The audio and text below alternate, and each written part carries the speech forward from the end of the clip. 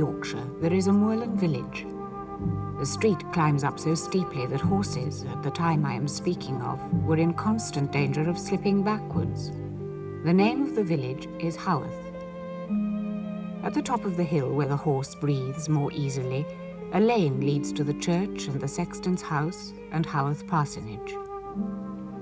The wind blowing off the moors would never have been heard by us if it hadn't been for the parson's 4 children, Charlotte, Branwell, Emily and Anne. On the 5th of June, 1826, their father had ridden the 18 miles to Leeds, and finding himself outside a toy shop, remembered that he would not be likely to travel so far again before Branwell's birthday.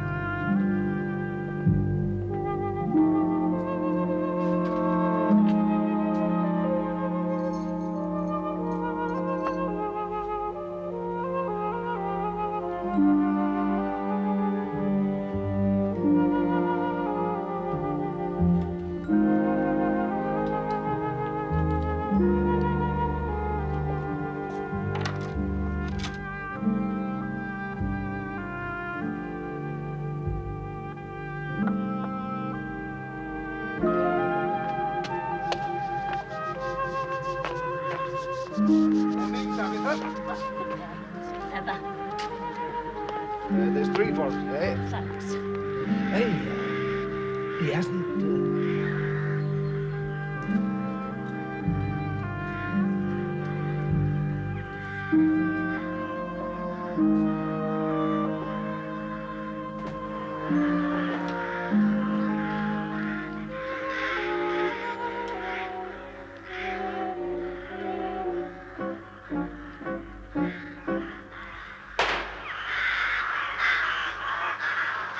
You'll have that tower down, Mr. Brontë, if you go emptying your pistol into it every morning.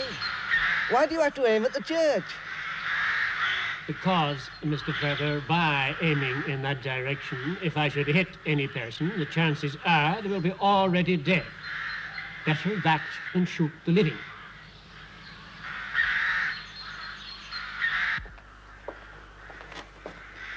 What's this?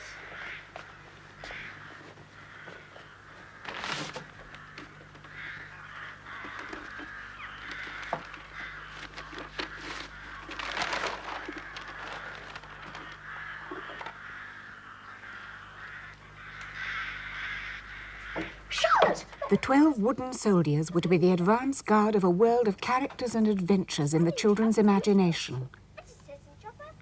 When Charlotte grew up, she recalled the excitement of that morning when Branwell came in with them. Emily and I jumped out of bed and I snatched up one and exclaimed, "This is the Duke of Wellington. This shall be the Duke." It was the prettiest of the whole, and the tallest, and the most perfect in every part. Branwell chose his and called him Bonaparte. Then it was Emily's turn to choose hers. They thought him a very grave-looking fellow, and Branwell said that she should call him Gravy. Aunt says you're not to dawdle. Look what I've got, Anne. You can choose one and call it yours. They're mine, really. Can I? Emily, are you hurrying? Your father's ready for morning prayers. Yes, Aunt. Oh, goodness me. Go and get dressed, Branwell. All right, Anne can march them back into barracks. Just coming, Aunt.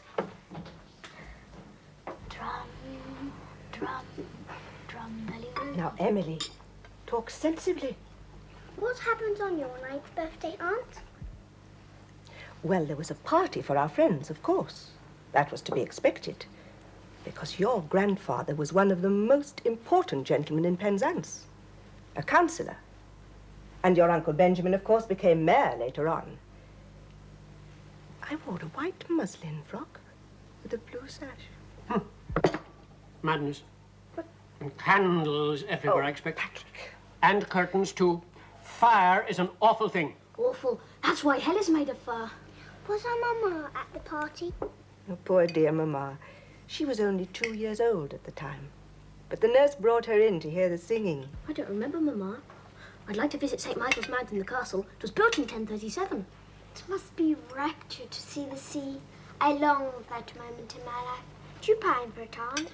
That is a very childish word, Charlotte. When your dear Mamma passed away, it was my duty to take her place. And that is all that concerns me.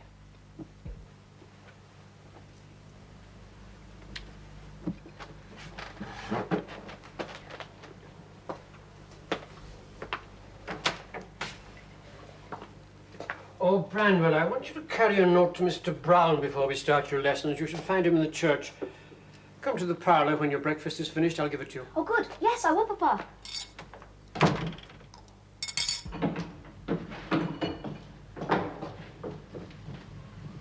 Mr. Brown? Mr. Brown?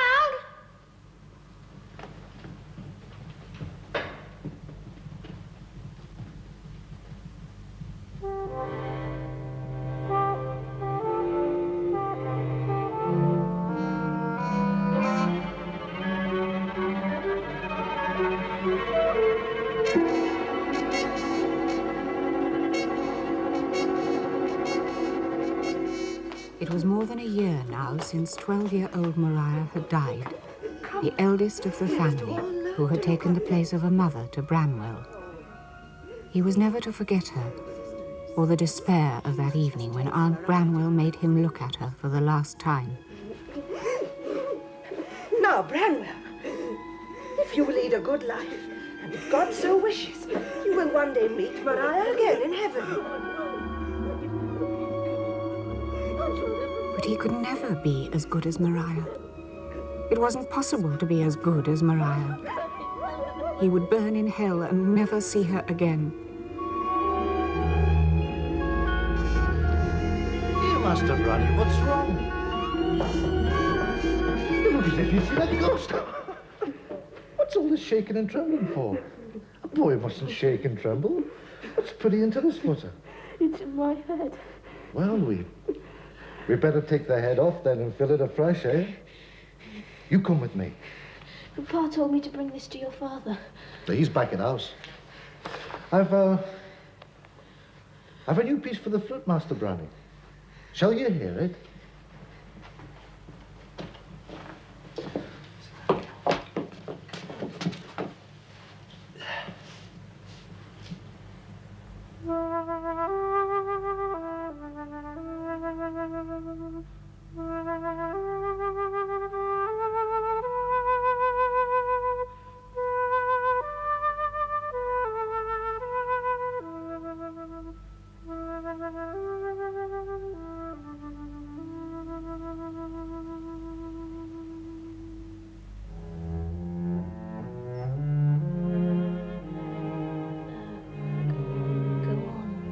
Go on forever.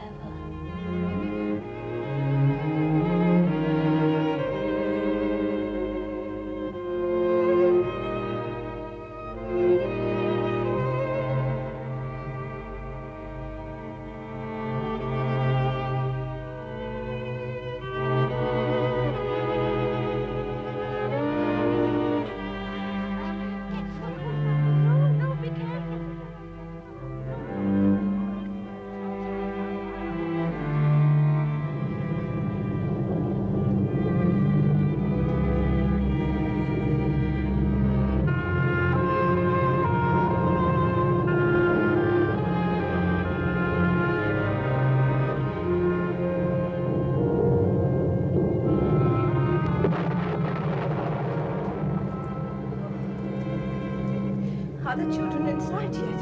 Not yet, but Tabitha is a sensible woman. We may hope she has found somewhere to shelter. There wasn't a cloud in the sky when I left home. I never saw such a cloud. Poor children, here comes the rain now. At least that would make the lightning less dangerous.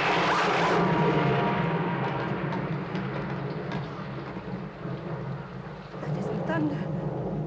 It isn't thunder. The whole fabric of the room shook. Remarkable. Some kind of earth tremor. Yes. The places of the earth shall shake in the last day. We must be in readiness. We must be in readiness for the children's return. This is a natural phenomenon of a monetary kind. But... Have a change of clothes, warming up the range, and just pray they will soon be safely home.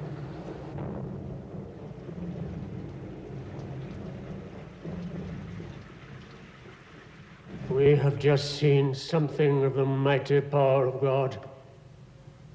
He has unsheathed his sword and brandished it over our heads.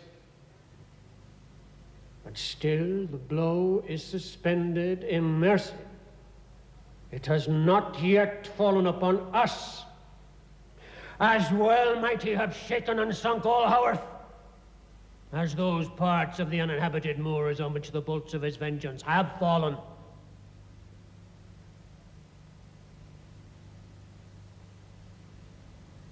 Let us heed the warning.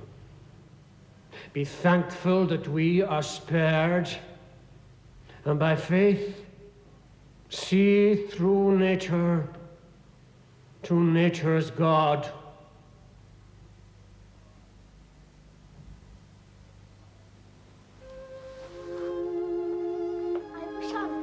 So bolster cases, it sounds so decent. Pillow cases I could tolerate. All signs of punishment to me. The only way I could get into heaven was through the eye of a needle. I should remain outside like the camel. What are you making out, Brandy? I'm drawing a map of the country the 12 soldiers have conquered. It'll be the frontispiece to my history of the young men from their first settlement to the present time. This was the visionary land the children played at exploring. They imagined a great city and called it Glasstown or Verdopolis, and the country became known as Northangerland. They peopled it with soldiers and politicians, poets and painters, villains and heroes, and recorded their adventures in writing so small that it is almost impossible to decipher without the aid of a magnifying glass. They devoured all the books from their father's small library. Engravings of the grandiloquent biblical paintings of John Martin hung on the walls, and the children transmuted all this into their imaginary world, along with the politics of the day. Children, the Leeds intelligencer has come, and the great Catholic question has been decided at last. All the hotly debated issues of the Commons and the House of Lords were followed no less eagerly than the stories they invented for themselves. The great world beyond Haworth was as vivid to them as their own lives. They listened to the reports of the speeches and the voting with what Charlotte described as breathless anxiety, particularly everything that her hero, the Duke of Wellington, had to say. If this room is as hushed as the House of Lords, you shall hear every precious word of it.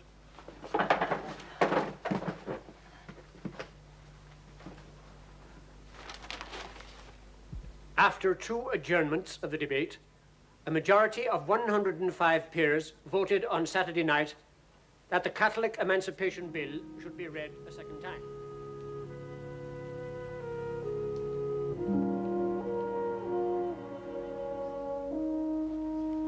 Can I have a candle, Tubby? It's getting too dark to see. That's because you're right no bigger than a fairish can read. It's too soon for a candle. Your aunt'll call me wicked and wasteful. Oh, Tubby, please. Have you ever seen fairies, Tubby? Nay. One summer evening, nigh 50 year ago, me mother come running in saying she'd seen a fairish in Fieldhead Hollow. That was the last fairish ever seen in this countryside. Well, the factories has drove them away. Grasper's seen ghosty. Do you remember Grasper? When we were walking near Topwithins, he stopped and growled with his coat staring and wouldn't go near the old house. I am the chief genius, Franny Eye, and with me there are 3 others, Tally Eye, Emmy Eye, and Nanny Eye. We are the guardians of this land. I prophesy unto you that we shall one day become a great and mighty nation and rule all the world.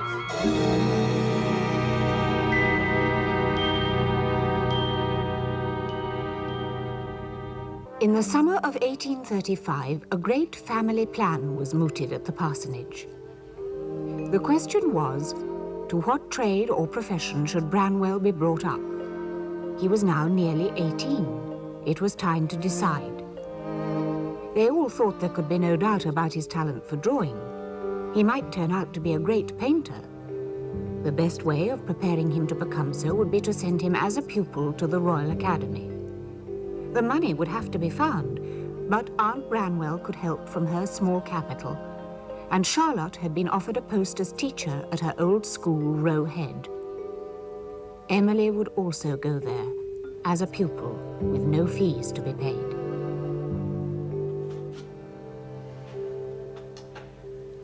May I look at what you have done?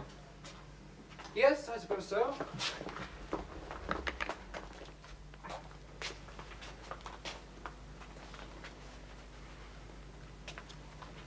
It's very like Emily. You've caught her there forever.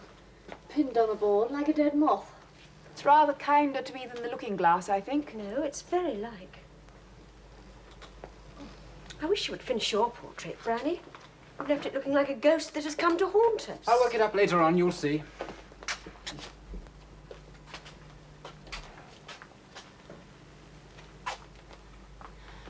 When you're a famous man with a stream of fashionable carriages at your door, will you go to Italy and invite us on a visit?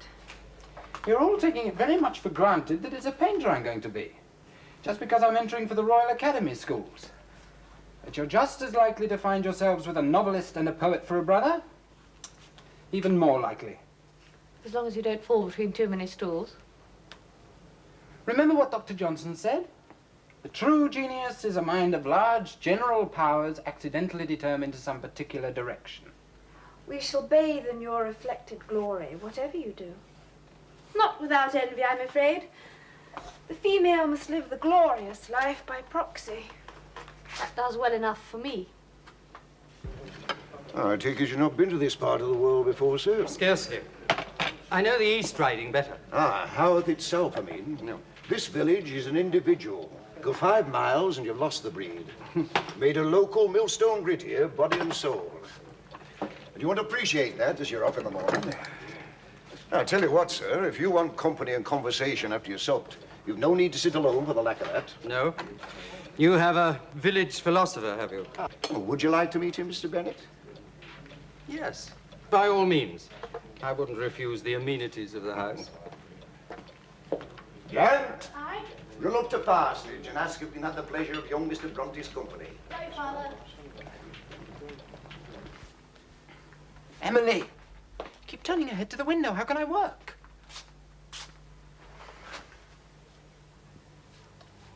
Has the election got underway in Glasstown yet, Branny?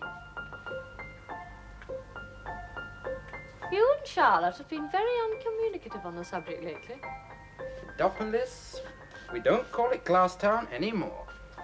We've been waiting on great events, ready to surprise you. Whom do you suppose Alexander Rogue has married? You'd never guess. Zenobia Elrington. Ah. Rather Zenobia than me. I hope now that Alexander Rogue is married, he won't drink so much. Well, do you remember how you described him once? In the midst of this princely profusion sat Rogue upon his sofa, sipping incessantly from a bottle of the most fiery liquors. Look, you can't expect a passionate rebel to behave like a curate. A girl wouldn't know what sort of fires have to be banked down in a man of his sort. There's someone coming up to the house. I think it's the Sugden boy. I wonder what he wants. Yes, it is. All right, I'll see him. All right, Tappy, I'll answer it.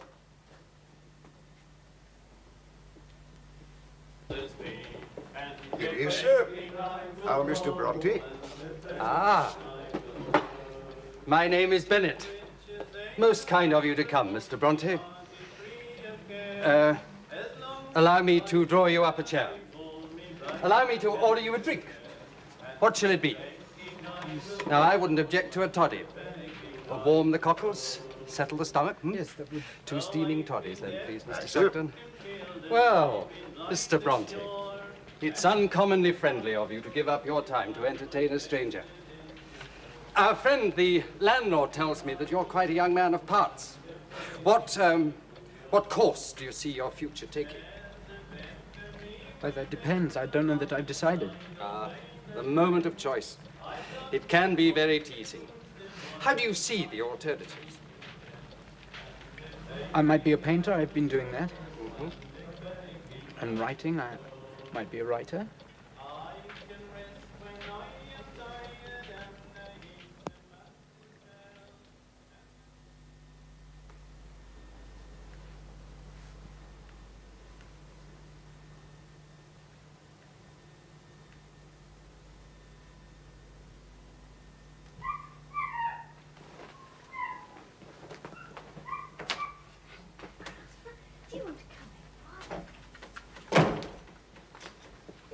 Aunt doesn't like creatures. When Charlotte and I are away, Anne, you will have to fight for their rights. Come on, boy. If Grasper wasn't Papa's, I don't believe she'd let him in the house at all. Have you noticed how she keeps away from the peat room now? Adelaide and Victoria are there. It's the way geese hiss that she doesn't like. But pheasants don't hiss.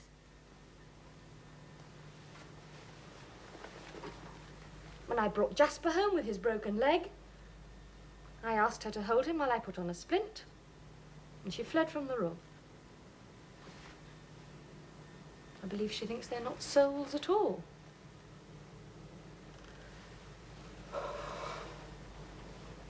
What a sigh. Are you tired? No. I was just thinking how soon the summer will be over. Then you'll be teaching at Roe Head and Emily at school there. And Branny in London and the family broken up. Don't let's think about it yet. Or only about the necessity. It could be so much worse. I'm going to bed now, girls. Is Branwell not in? Mr. Sugden sent for him to meet a London gentleman who wanted information, I think. I hope you will remember to lock the door after him. Don't stay up too late. We won't, Papa. Good night, Papa. Good night. I may very well write to Blackwood's magazine and offer myself to them. The Ettrick shepherd has died, as you know. Delightful James Hogg.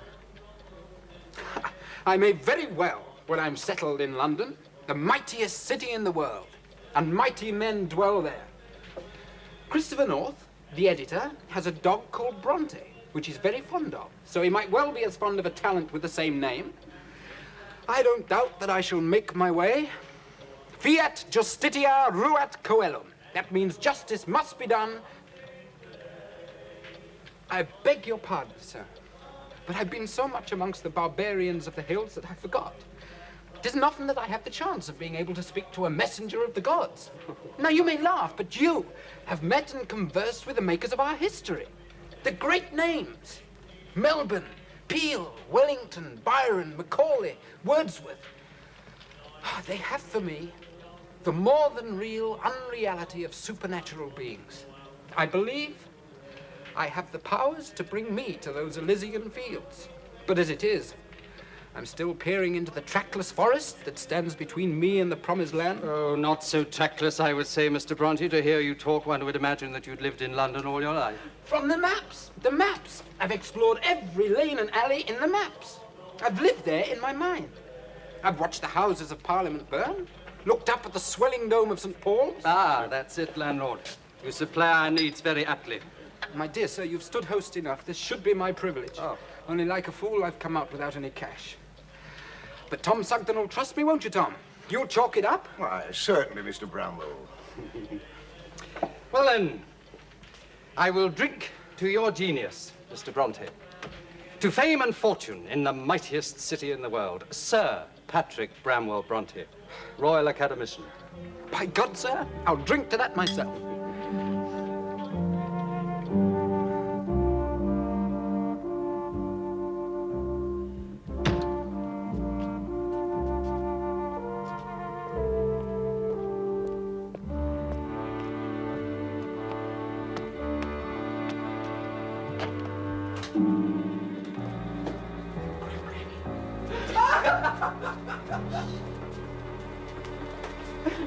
Oh, an extremely exhilarating time, thank you very much.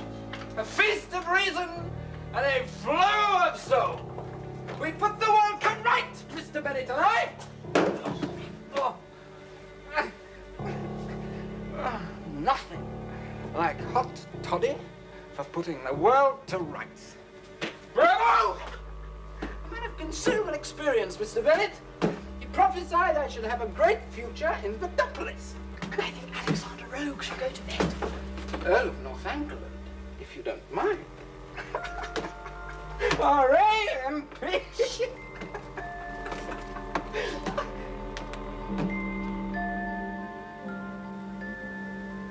Utcumque defecere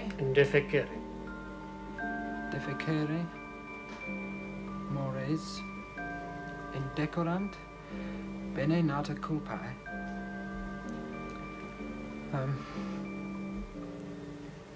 When the laws of conduct fail, vice spoils even a natural goodness. You're not feeling very lively this morning. It's all right, sir. My head is aching. Dear boy, the body is the wisest admonisher, the best informant of when we exceed good sense. Always defer to its dictates and you will live well. Close your eyes. The light's very strong this morning. Let me read you something else Horace said. Missatis est si traditum abamtuiquis morem servare. Tuamque dum custodes egis vitam famamque tueri incolumem possum. Simulac duravorit aetas membra animumque tuam nabis sine cortige. I shall be satisfied if I can hand on unblemished the wisdom the past gave to me. While you need a guardian, I can safeguard your life and name. When the years have matured you, body and mind, you will swim without corks. Nil me penitat sanum, patris huius, eoque non. Never while my senses last can I wish my father had been other than he was.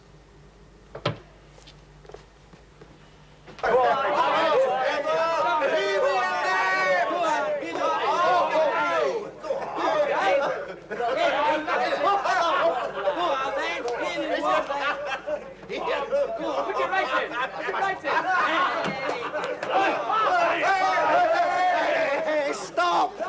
That'll never do. You're a man, not a windmill. Boxing's an art is to have control. You don't fire your gun off in every direction when you're out on moors. You keep steady and aim. The world isn't your enemy, man. It's your challenge. It's a test of style. And it's just the same with Bob here. He's your friend who's giving you a chance to test your skill against his. Yes, I know, but I want to win and I get mad with impatience. I'm not angry with Bob, I'm angry with myself because I can't get the better of it. Well, shake hands on it. I apologize for losing my temper, Bob. That's all right, Mr. Branwell.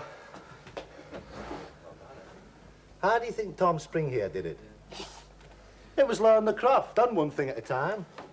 Till he came to the glorious year of 1823, and his great victory in Hinckley Down over the Bristol man, and two more the same year, which brought him in £1,000. And a poem of commemoration from William again. The admiration of Christopher North, editor of Blackwoods. Wonder what happened to him when the glory was over. Well, he's doing all right, I dare say.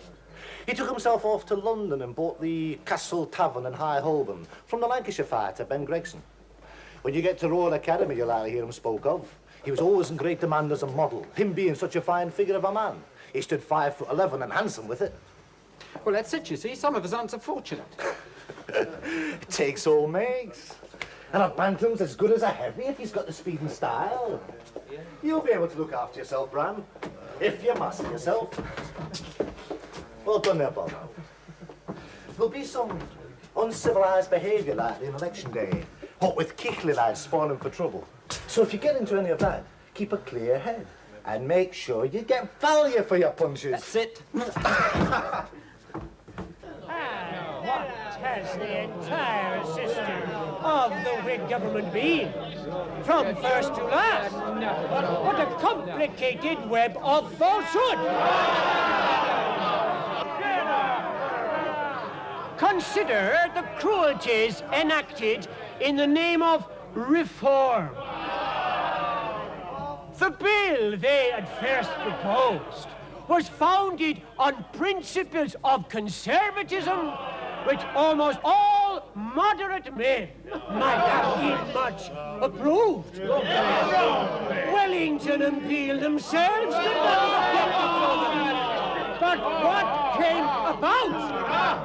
The effect of the poor law was to confine the poor to their own parishes and check the free movement of labour.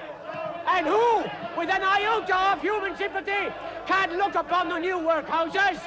I have been fighting to take over 3 houses for the old rather than 3. If you won't let my father speak, then you shan't speak either.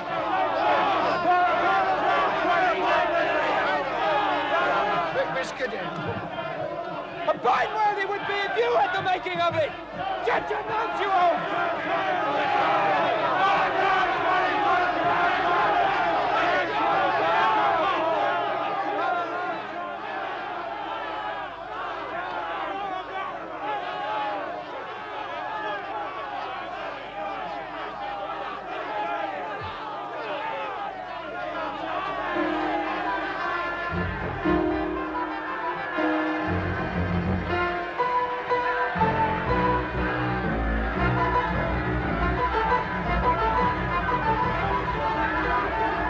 They're burning me. They've tied me to a stake, and they're burning me. The young devils. Keith, keep quiet, I'm thankful to say. Come away from the window. I'll soon see him off. The devil is burning me in hell.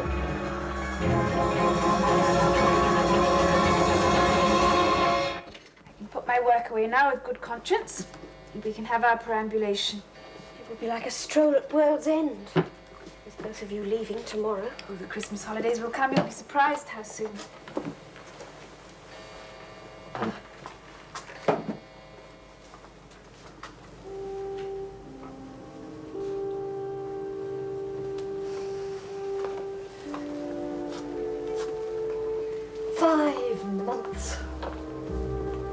I'm determined to have done with Northangland.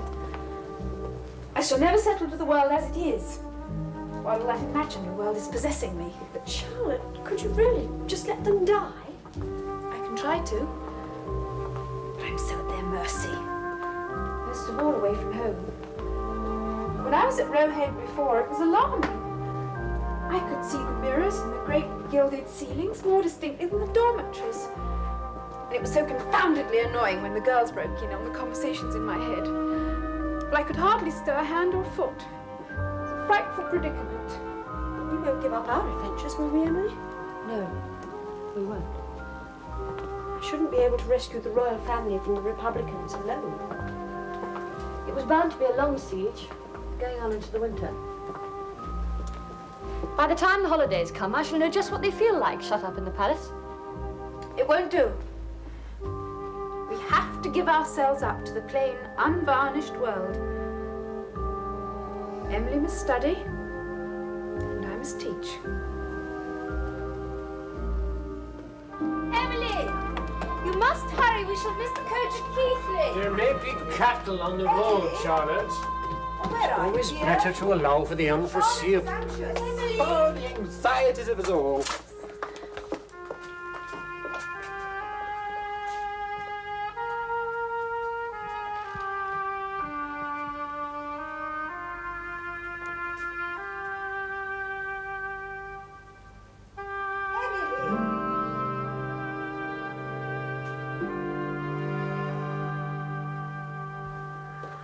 There you are, child. What was keeping you?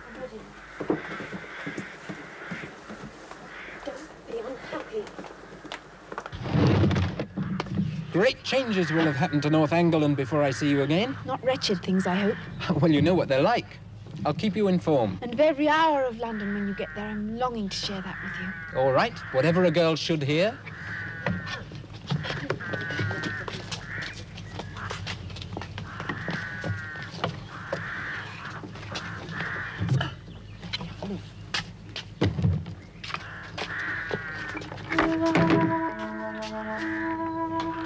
I am sad, very sad to leave home, Charlotte said.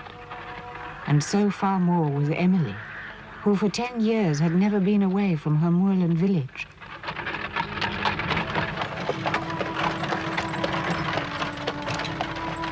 For Charlotte, there were compensations.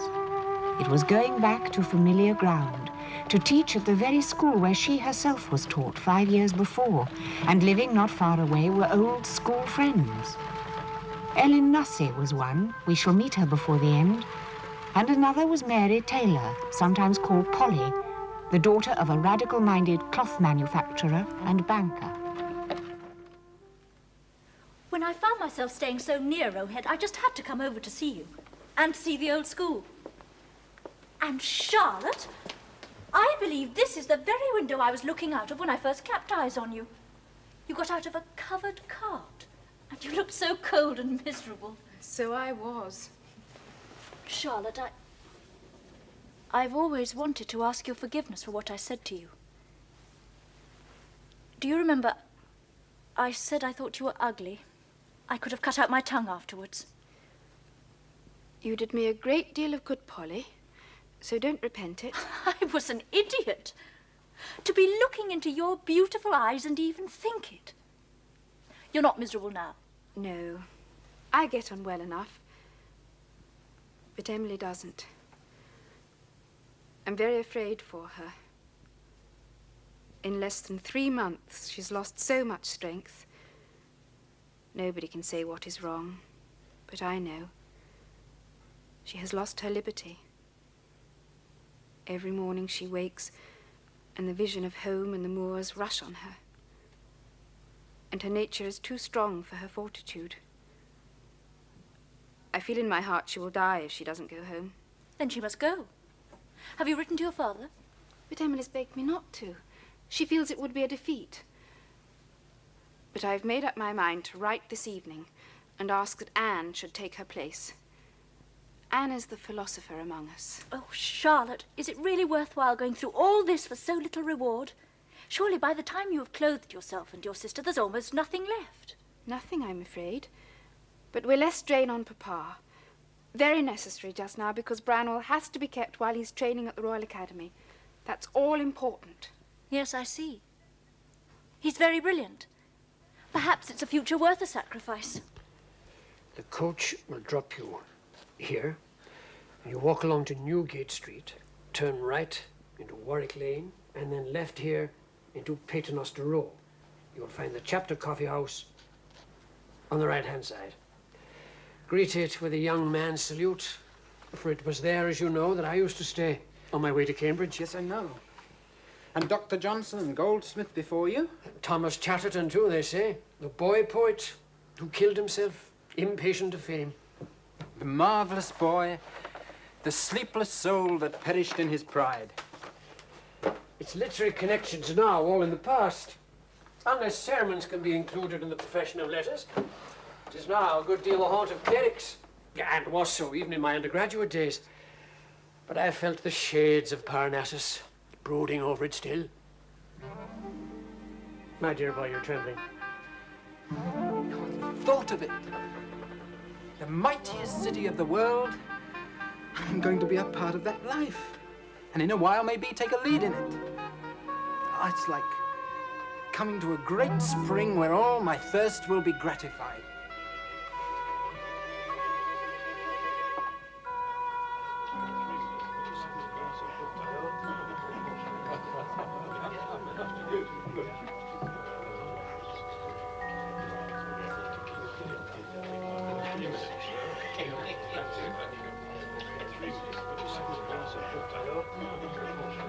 Is anyone with you, sir?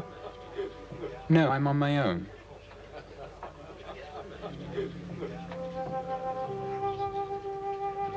Next morning, he examined his letters of introduction and put them away again, sallied out into the streets, threaded the dense and bustling crowds.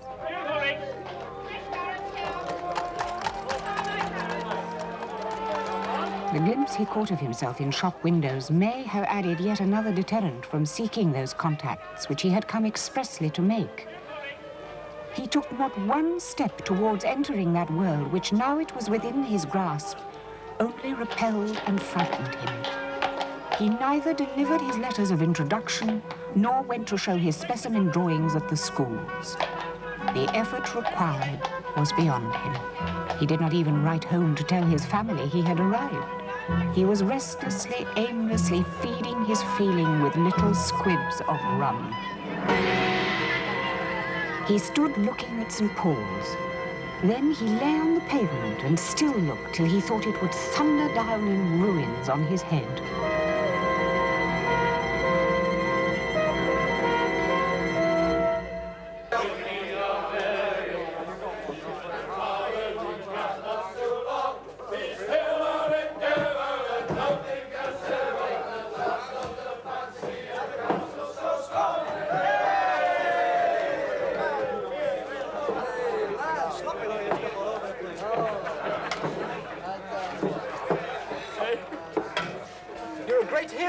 Mr. Springthorpe? Bless you. You've heard of Tom Spring, have you? You're a great hero of mine. In the game yourself, perhaps? Well, I've had some fights, but there's more science in it here in the south. Oh, I From the north, do you? Yorkshire. They tell me the laws of the ring aren't known up there. It's more savage than in Kentucky. Damn rubbish. There's more loss of life and limb in 1 year than over all the rest of England in 20 in fair stand-up fight. But we don't pull our punches, that's true. There is them that calls it a brutal sport. Stuff and nonsense. The English aren't a brutal race, but they're a race of boxers. Oh, aye. I read a work by Sir Charles Bell, a treatise on the human hand. He didn't call the hand degraded by becoming a fist and striking at the odds frontis of Samson Agonistes. What? The frontal bone, you know.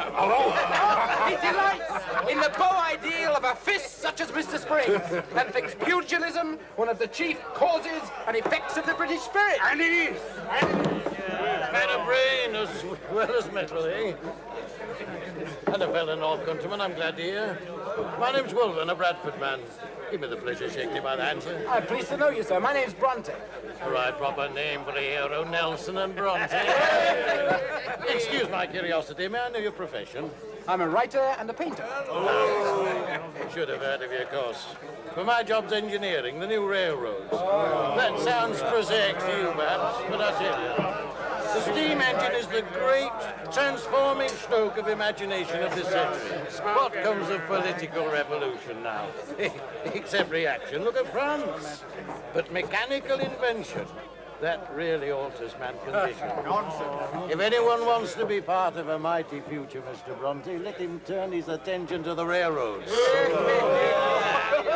There's something in a flying horse. There's something in a huge balloon. But through the clouds I'll never float until I have a little boat shaped like a crescent moon. But I remember what you say, Mr. Wolven. Let me buy you a drink, sir. And you, sir. And all you, sir. And let me have the honor, Mr. Spring, of buying you a drink. And thank you, sir. I have to be pretty flush at present. Come on, some lad. Fill up the pots, look lively. You won well, sir? I don't know what I am. Anything I can bring you, sir? I had bad dreams, that's all. Very good, sir.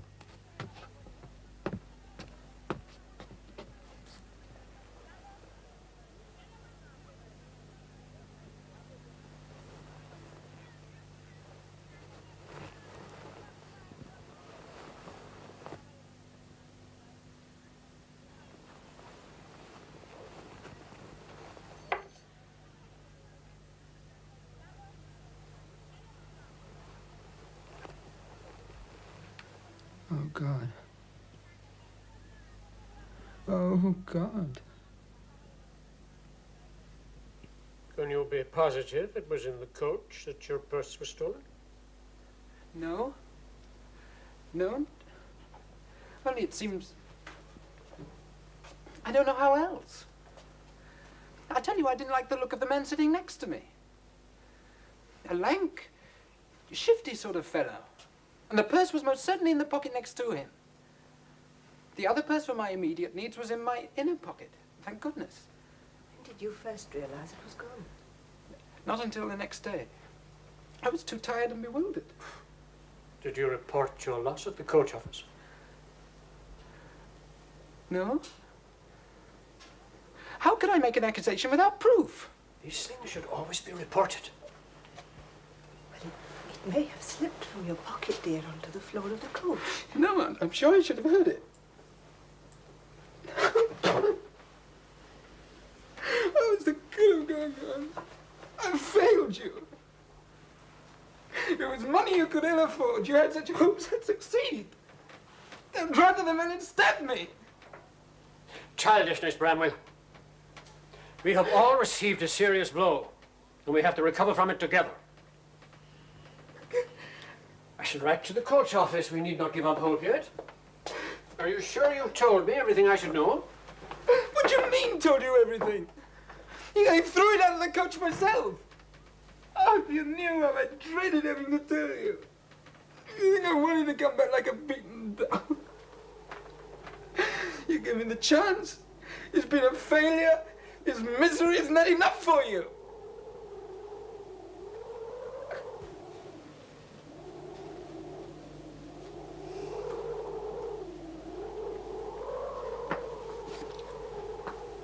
We have both failed. Both of us. There's no blinking that fact. You were ill. You can't help being ill. Ill? Couldn't find a thing wrong with me. I'm idiotically and brutally stupid. What's the good of having a mind if it doesn't have authority over the body? Anne's worth 6 of either of us. And Charlotte, too. I know what a fight she's putting up. And I pine away.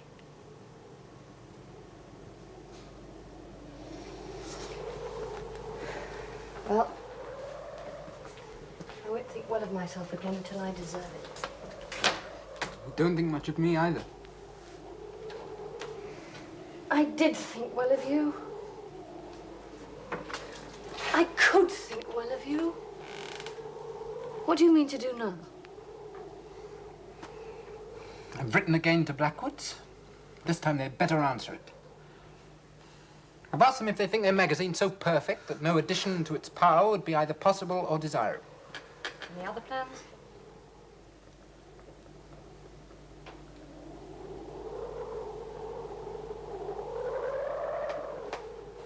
Ha! The Duchess of Zamorna is going to die. Neglected and heartbroken. I could shake you if my hands weren't too busy shaking myself. Why do we recoil like a snail into the old familiar shell at the touch of anything from outside? Wretched, self-absorbed, easily bruised idiots.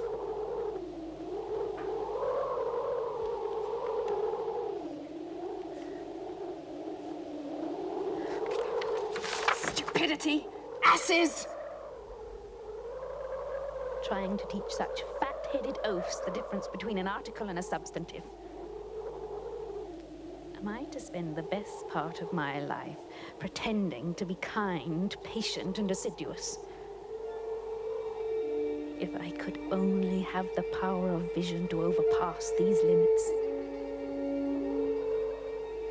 This wind that's traveling the land, uncontained, free in its own strength. Branwell and Emily hear it as it sweeps over our house, down the churchyard and round the old church. They think perhaps of me and Anne. Glorious. The deep tone of it. It reminds me of Northangleland. That mighty phantasm we conjured from nothing into a system strong as some religious creed. Oh, the 1,000 wishes that can never be fulfilled.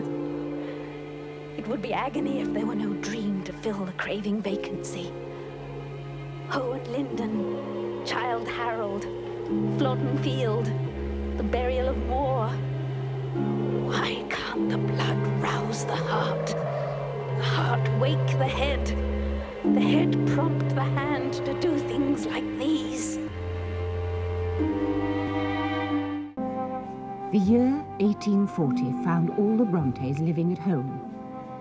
Tabitha Aykroyd had been ill, and the sexton's 12-year-old daughter, Martha Brown, had been brought in to help. It meant more housework for Charlotte, Emily, and Anne, but I'm much happier, Charlotte said, blackleading the stoves, making the beds, and sweeping the floor at home, than I should be living like a lady anywhere else. She was looking forward to showing off her prowess to a visitor. Mr. Bronte's sight was rapidly worsening, and when the girls were busy, Aunt Branwell read the newspapers to him. The Queen, who appeared perfectly cool and not in the least alarmed, instantly drove to the Duchess of Kent's. I'm just going as far as the Black Bull to meet her, Father. Meet whom, madam? You can't have forgotten that Mary Taylor's coming to stay. Ah, your little radical friend, the pretty Republican. A very loving one. Rather outspoken, and with unsound notions, but in other ways most pleasing. When she was here before, Branwell was quite taken with her. I told her when she left she had made a conquest. Matchmaking, Aunt? That will never do. Branwell has to find a means of livelihood before he looks for a wife. And that seems more unlikely as the months go by. And perhaps your Mary Taylor will be able to put some determination into him. Perhaps she will. Excuse me. Not mistaken, am I? Mr. Brontë, didn't we meet 3 or 4 years ago? Castle Tavern? Walden, my name. Remember? Yes, I do. The prophet of the age of steam, of course. Here's a young one. Knows what it's about. Frank Grundy, engineer on the new Leeds to Bradford line. How do you do? Mr. Leyland, Mr. Thompson. How do you do? Mr. Thompson? How do you do? Aye, I were preaching the gospel to them till the night. Art is going under the wheels of the machine. This Frenchman, Daguerre, taking a likeness on the silvered copper. Why go to the trouble of paint and canvas now, eh? So you think in future all silk purses will be made out of engineers? Mock on, you unbeliever. What place would there be for a man like me on the railways? Well, to come in on the ground floor. Every time there's a new station to be opened, there's a clerkship to be had. Not a munificent salary, but then not so time-consuming that you couldn't write your masterpieces too. And then, of course, with limitless development ahead, also no bounds to the possibility of advancement. From one station to another, the length and breadth of the kingdom. But at least with some money to call my own. And since you wanted to know everything that's happened, Polly, you shall hear of my proposal of marriage. Charlotte! Now this is something like a conversation. And you're not even blushing. I'm certainly not. Though even now I feel like laughing. It was last August. An old friend of Papa's came over for the day, bringing his curate with him. A young Irishman fresh from Dublin University. He made us laugh a good deal, though I didn't quite relish his Hibernian vein of flattery. Then off they went, and no more was thought about them. But a few days later, I got a letter. An ardent proposal that he should become my husband. Well, I've heard of love at first sight, but this beats all. Well, it's hardly like one of my adventures, is it? And you don't regret refusing him? Goodness gracious.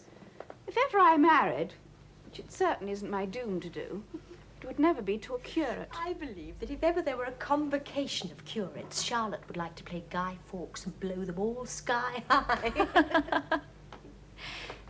There was a curate in my railway carriage.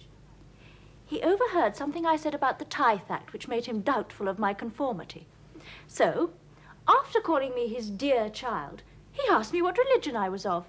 I told him. I thought that to be a matter which only concerned oneself and God. That's right. In my experience, in general, they're the silliest, most pig-headed, most conceited tribe that have ever come my way. But in particular, you would accept Mr. Waitman from that conclusion. Yes, I would. In spite of his weak points, he shall always find in me a defender rather than an accuser. Dear Miss Celia Amelia. Celia Amelia? Whom are we talking of? Shh. I only call him that because of his auburn curls and his way of blushing. He's Papa's young curate, as good-humoured and as pleasant a young man as ever fluttered the gritty hearts of Haworth. He's perfectly conscious of his irresistibleness, and I'm not surprised. I'm quite impatient to meet this Mr. Waitman. Well, as long as we don't have to number you among his victims. Oh, Charlotte, it's unfair and unkind. Your impatience is rewarded. Here he is. I thought we should see him when he heard we had a young lady visitor. Don't listen to Charlotte. He is just as likely to have come to see Papa. Charlotte should also have told you that Papa says he has never been given such devoted help in the parish before. Oh, yes. No one's altogether immune. I'm sure Aunt Branwell thinks she's almost back in Penzance. Am I an intruder? Not culpably. Are you looking for Papa? Not immediately. I was going to ask if you'd like me to take your Sunday school class tomorrow, as I heard you had a visitor. And here she is. Polly, this is Mr. Waitman, Miss Mary Taylor. I'm glad you chose to come now, Miss Taylor. In 2 weeks, I go to Ripon to take my final examinations, and you would have come and gone without my meeting you. But now I shall do all the better for having had the pleasure. The housekeeping bill for salt has perceptibly risen since Mr. Waitman came. We have to use so many extra grains to take with his compliments. And how would you explain the fact that 3 Valentine poems have arrived in this house where never a Valentine ventured before, and all mysteriously posted in Bradford? The coincidence is that I received one too before that day out. I carry it with me here next to my heart. In fact, the words are engraved upon it. A Roland for an Oliver we think you've justly earned. You sent us each a Valentine, your gift is now returned. We cannot write or talk like you, we are plain folks every one. You played a clever jest on us, we thank you for your fun. The verse is very unjustly phrased, but the next improves. Well, you don't improve, reciting your own praises.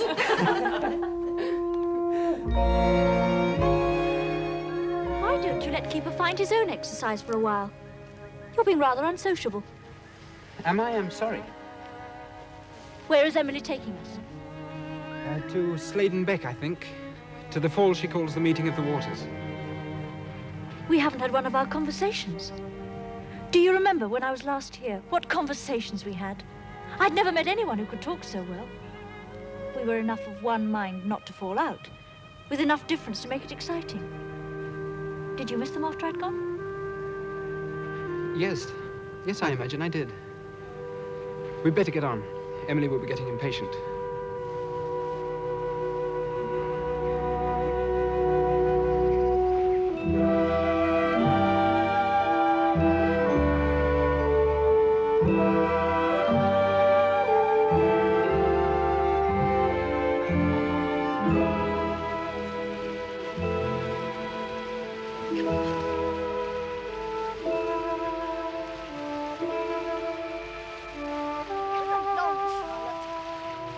Niagara Falls.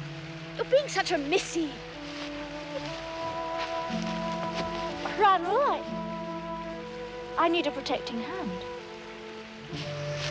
Helpless women.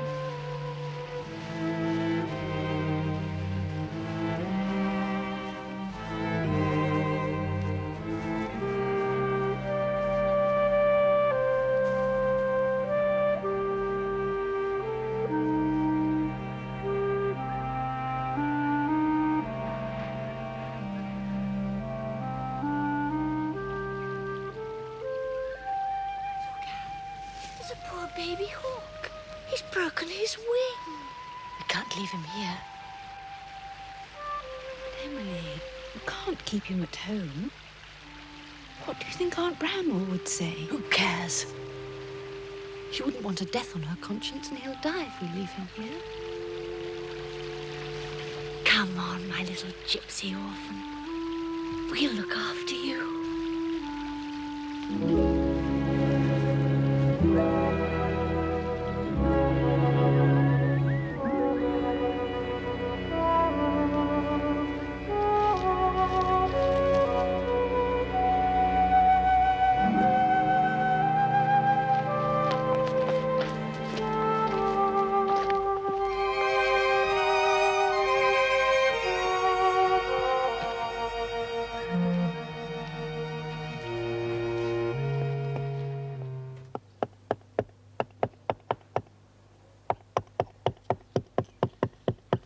applied for a post with the Leeds and Manchester Railroad. Have you now? Assistant clerk in charge of Sowerby Bridge Station. Plenty of opportunities, they say. And it's near enough to Halifax and Bradford to have some interest. There's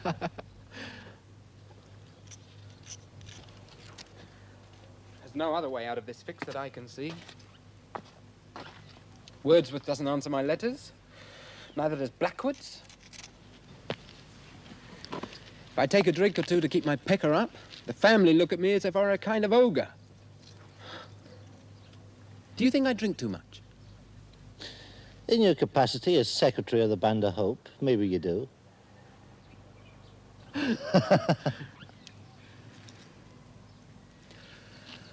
I've been reading De Quincey, the opium eater.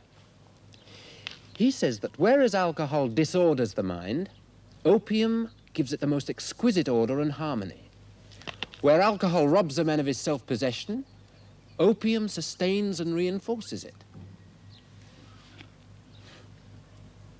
it. Order and harmony. My God, they're things my life's in need of.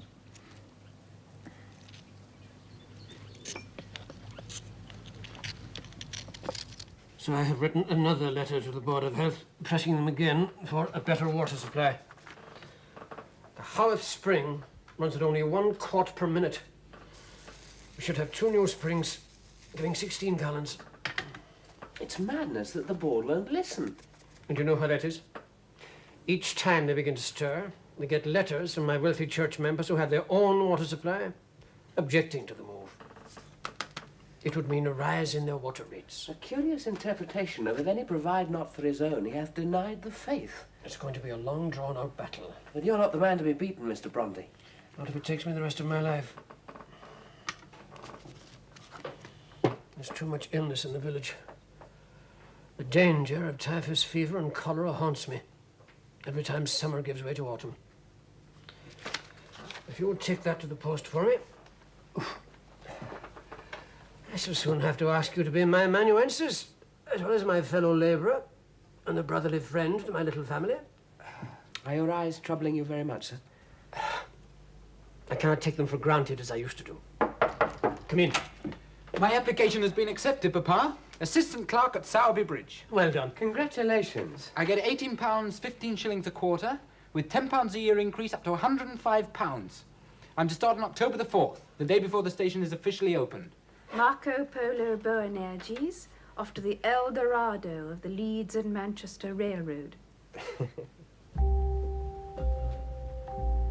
snowdrops are out behind the peat house. I know.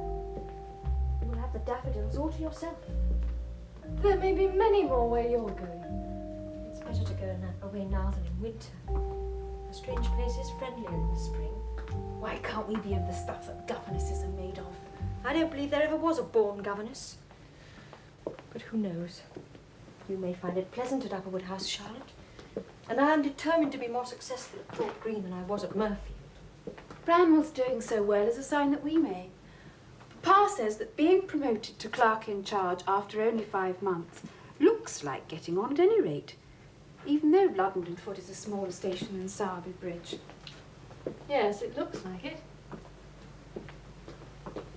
There are wild orchises on Hardcastle Crags. Only we could have a school of our own and not be at the mercy of other people. And be always together. Do you think we shall ever dare? Why not? Now that Aunt Branwell has thoughts of lending us the capital, I don't expect it will be more than £150. I wonder if it would be possible to establish a respectable school on that amount. I'm going up now, children. Don't stay up too late. You have a long journey, Anne, tomorrow, remember? You don't want to be too tired when you get to Thorpe Green. No, Papa. I shall go to bed very soon. Good night, children. Good night, Papa. God keep you safe. Good night, Papa.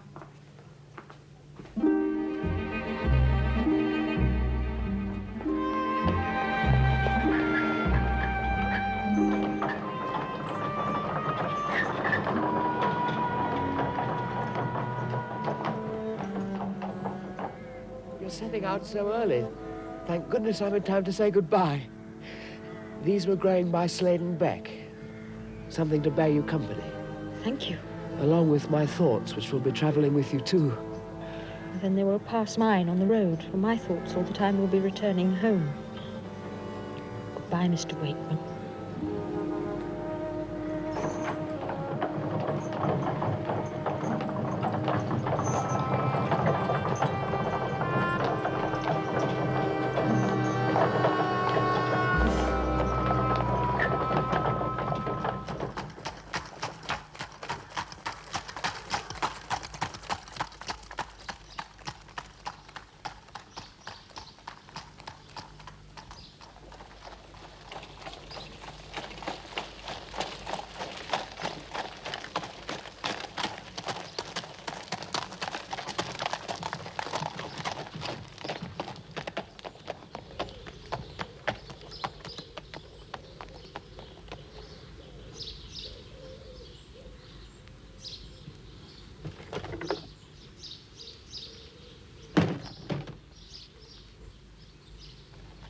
Brontë? Yes. Is Mrs. Robinson? Will you come this way, miss?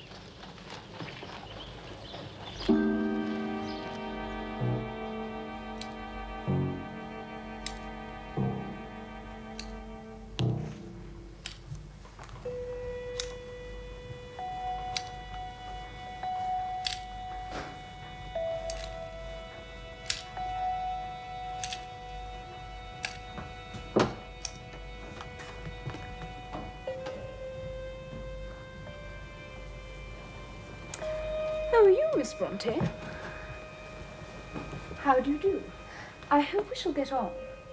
These are my sisters, Miss Elizabeth and Miss Mary. This is my brother Edmund. You're very small, Miss Brontë. Mary, you mustn't make personal remarks. But she must know she's very small. The last one we had was very thin. We called her the lamppost. Should I not perhaps first see Mrs. Robinson? Your mother will be waiting to I see don't me. suppose so. I don't know what Mamma is doing, and Papa, as usual, is rather poorly. I imagine when she wants you, she'll send for you. Oh, I expect you'd like to go to your room. Elizabeth, show Miss Brontë her room.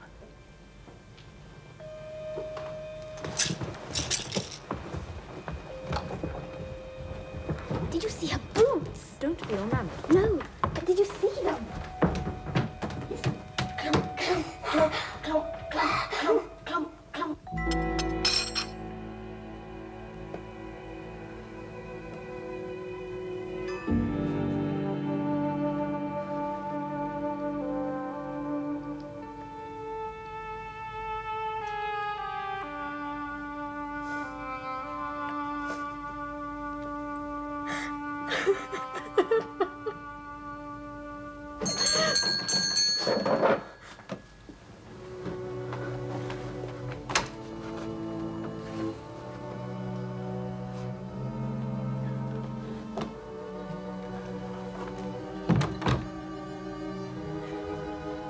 My luggage hasn't been brought.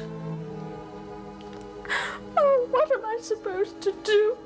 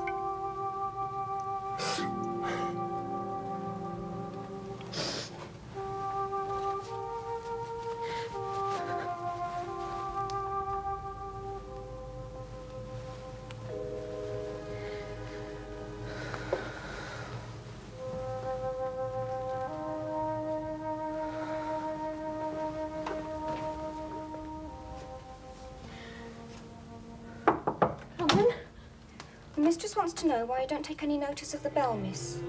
But where am I to go? Why, to the drawing room, miss. Where else?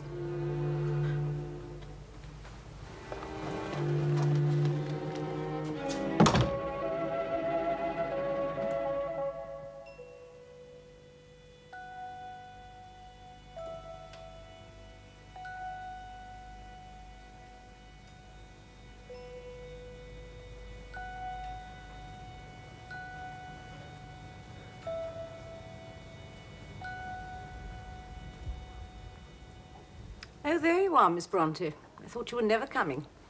Hope you had a pleasant journey, Miss Brontë. I hear you've already made my children's acquaintance.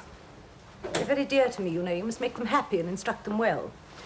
Edmund is rather nervous and susceptible and needs the tenderest treatment. You will excuse my naming these things to you, for the fact is I have hitherto found all the governesses faulty in this particular. When any of the young people do anything improper, if gentle remonstrance will not do, let one of the others come and tell me, for I can speak to them more plainly than it would be proper for you to do. Mr. Robinson is an invalid and must not be troubled. Make them as happy as you can, Miss Brontë. I dare say you will do well.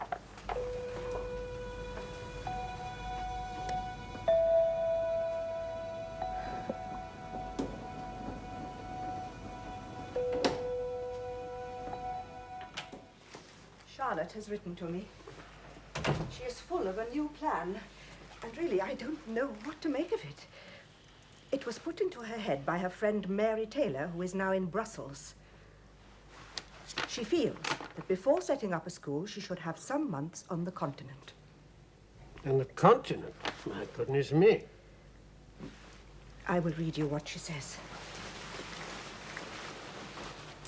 My friends say schools in England are so numerous that without some such step we shall have a very hard struggle and may fail in the end. I would go to Brussels, in Belgium. The cost of the journey there at the dearest rate of travelling would be £5. Living there is half as dear as in England, and the facilities for education are equal to any other place in Europe. If Emily could share these advantages with me, only for a single half year we could make a footing in the world afterwards, which we can never do now. Emily too? Depend upon it, £50 or £100, thus laid out, would be well employed. Of course, I know no other friend in the world to whom I could apply on this subject except yourself. I feel an absolute conviction that if this advantage were allowed us, it would be the making of us for life. Papa will perhaps think it a wild and ambitious scheme. Very reasonably put. But whoever rose in the world without ambition, when he left Ireland to go to Cambridge University, he was as ambitious as I am now. Dear me, she has an aptitude for debate. I know we have talents, and I want them to be turned to account. I look to you, Aunt, to help us. I know if you consent, it shall not be my fault if you ever repent your kindness. My dear, I don't like these calls on your generosity. Oh, well, you know, I had already put the money aside for the school, and if it is necessary... Continent. Really such a leap in the dark. We must give it very careful thought. If it means the difference, as Charlotte thinks, between success and failure. And now that Branwell is so well established... Yeah.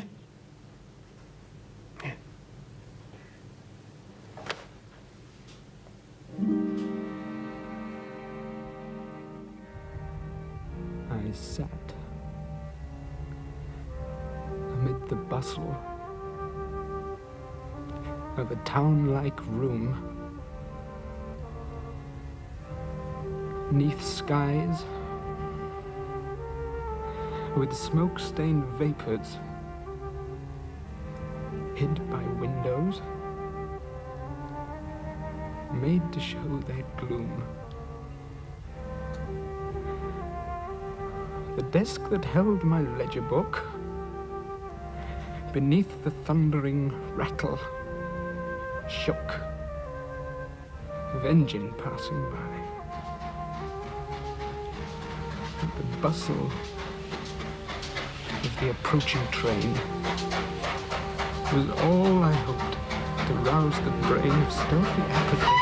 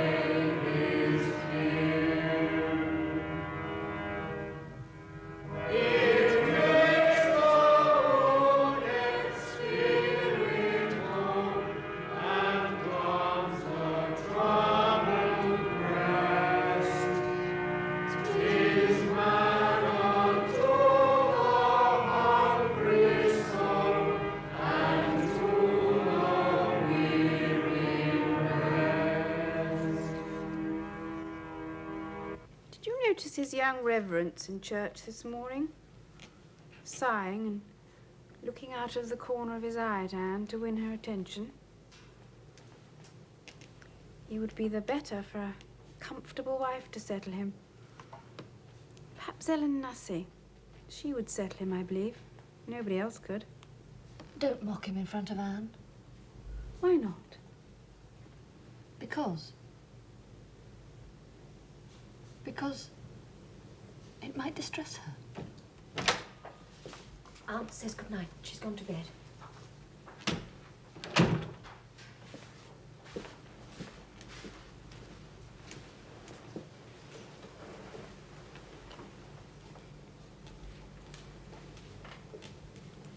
Have you been thinking any good things? I've been thinking probable good things. About seeing London and what Brussels will hold for us. What is certainly good, now that Papa's agreed to travel with us, is that he at least will have attained his heart's desire when he stands on the battlefield at Waterloo.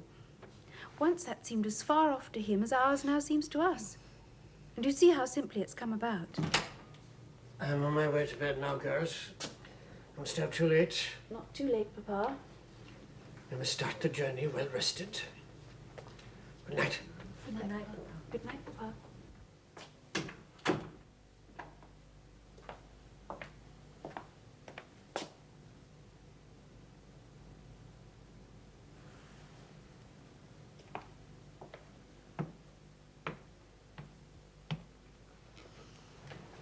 How shall I sleep with the thoughts of the promised land in my head?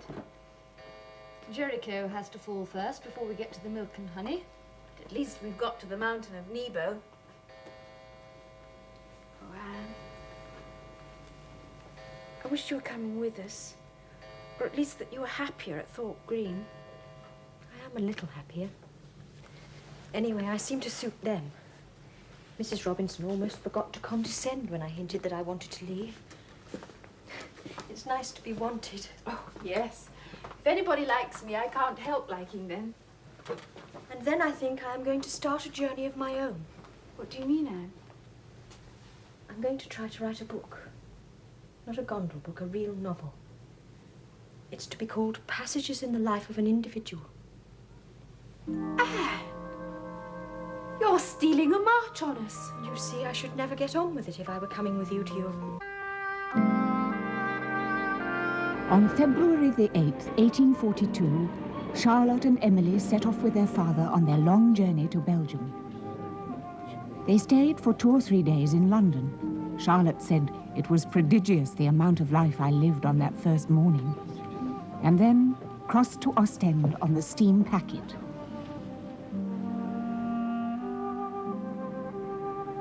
It was dark when they reached Brussels, and they waited until next day to present themselves at the Pensionnat Heger.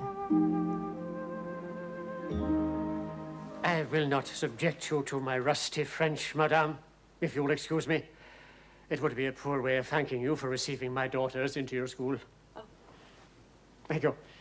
Monsieur, your daughters are just of the kind we are most anxious to help. We were so struck by the simple, earnest tone of Mademoiselle Brontë's letter that we decided at once that they would be welcome. And I do hope that they will quickly become at ease among us.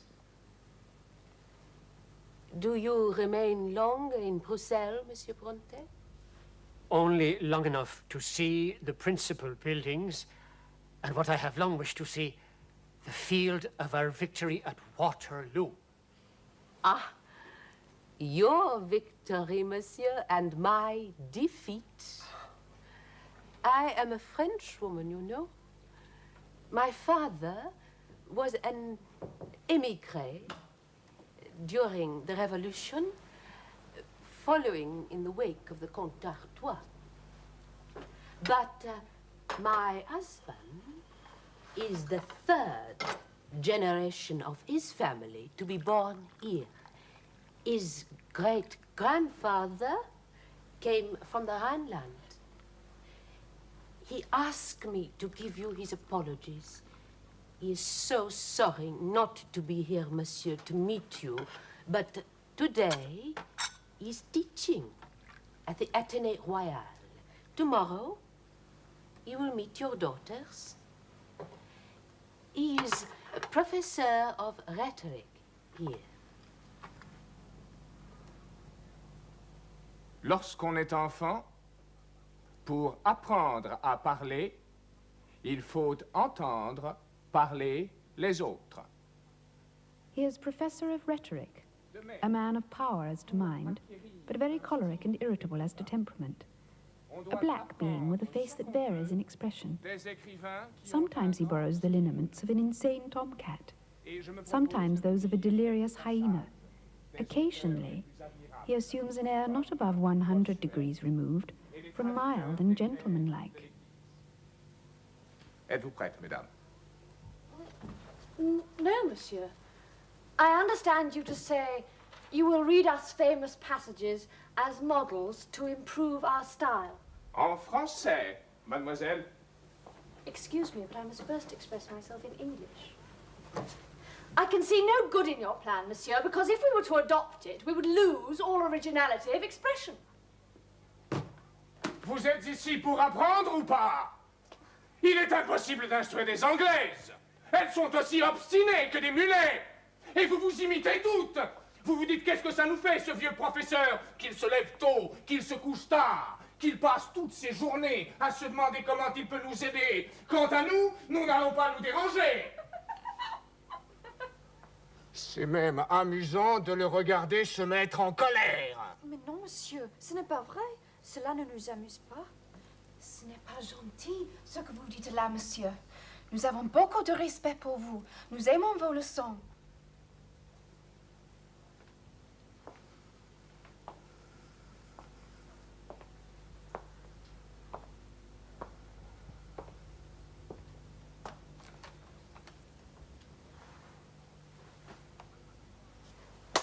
Mademoiselle, the way to find our true selves is sometimes through a knowledge of others, unlike ourselves.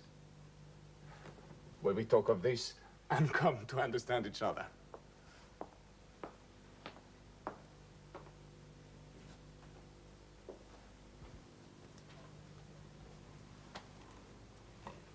Mr. Brontë, the total sum of the year's takings since your appointment here has been put into the bank. Yes, indeed. I've taken it myself each Monday morning. Don't you find everything in order? No, Mr. Brontë. There is a deficiency of £11, 1 shilling and 7 pence. Can you account for that? A deficiency? No, I certainly can't account for it. You understand that I shall have to report this to the company. But it's impossible. How could it be lost? That's what I'm asking you, Mr. Brontë. What do you mean? Are you suggesting I've appropriated it? If so, I tell you that's the most monstrous accusation, and I'll thank you to apologize at once. The least sort of dishonesty is abominated in my family, loathed and abominated. I'm not suggesting anything, Mr. Brontë, at the moment. I'm merely carrying out my duty, which is to see that the accounts are in order. At present, they are not. Have you at any time left the office unattended and unsecured? No. When for any reason I've been called out, there's always been the porter. The porter? You left the porter in charge? That may seem reasonable to you, Mr. Brontë.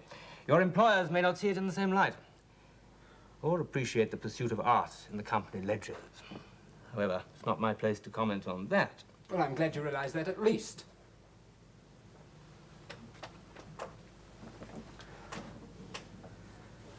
What's going to happen? That, of course, will be decided by the directors of the Manchester and Leeds Railway. I can only report what I find, which is, if you'll excuse me, irregular.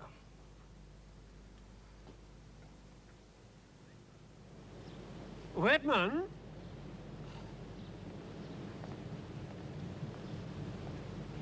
I would be glad of a word with you. You may have guessed what is concerning me. Branwell, sir. Has he spoken to you about his discharge from the railroad? No, he has seemed to be avoiding me, which I was sorry for. He was accused, you know, of constant carelessness, and not suspected of the theft itself. That would be out of the question. The resulting mental depression has been so extreme these last weeks since he came home that I have almost feared for his sanity. Nothing that his aunt or I can say. He's very fond of his aunt, you know. Seems to be of any help to him.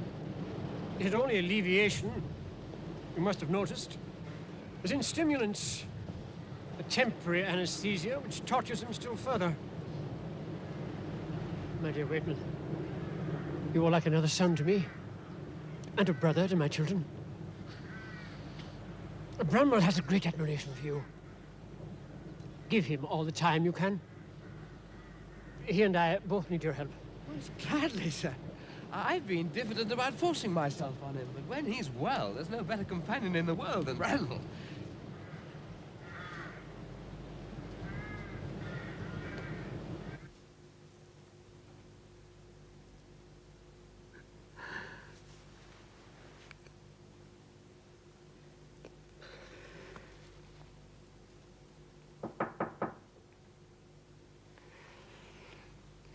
Yes, what is it?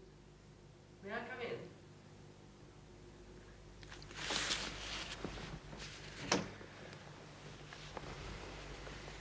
May I come in?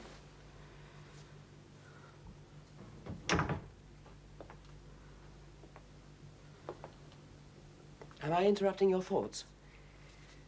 Waitman, I wish you could interrupt them. They're destroying me.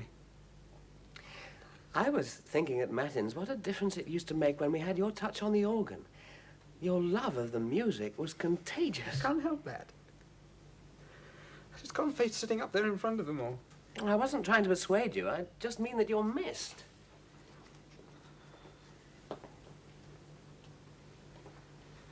You can never imagine, Waitman, what awful places there are in the mine. Every substantial house has its cellars. Waitman, I'd rather cut off my hand than live my time at London Foot again. The grovelling carelessness, cold-blooded debauchery of it. As if I were determined to find how far mind could carry body without both being chucked into hell. Lost as I was to all that I really cared for. But you don't have to live it again, either in fact or in memory. It's no good hoarding it up in self-condemnation. Bring both your sorrow and the burden of it to God, and in him all things are made new. Where do I find him? Nothing seems to mean anything.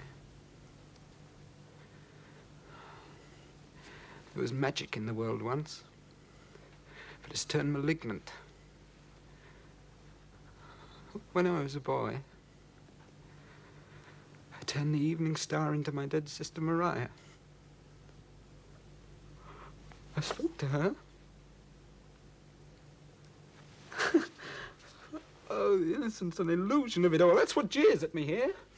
I've destroyed the heart's first feelings. If they were destroyed, they wouldn't give you so much pain. It's because of the good in you that the evil seems so overwhelming. Don't surrender to remorse, Branwell. Don't be defeated by memory. That's a sin worse than sinning. It's like fighting the flood. And the Spirit of God moved upon the waters, and God said, "Let there be light," and there was light. By the way, I said I'd do a bit of beating for the shoot on the moors this afternoon. Would you feel like joining me? Willie, you do me good. As a matter of fact, that's what I find you do me more often than not. Have you had any news of your sister Anne? Aunt has yesterday. She's been with the Robinsons on their annual visit to Scarborough. She loved it. Though the time, she said, was not without its anxieties. Though what they were, she didn't explain. We must wait as patiently as we can for the Christmas holidays. Dear Anne.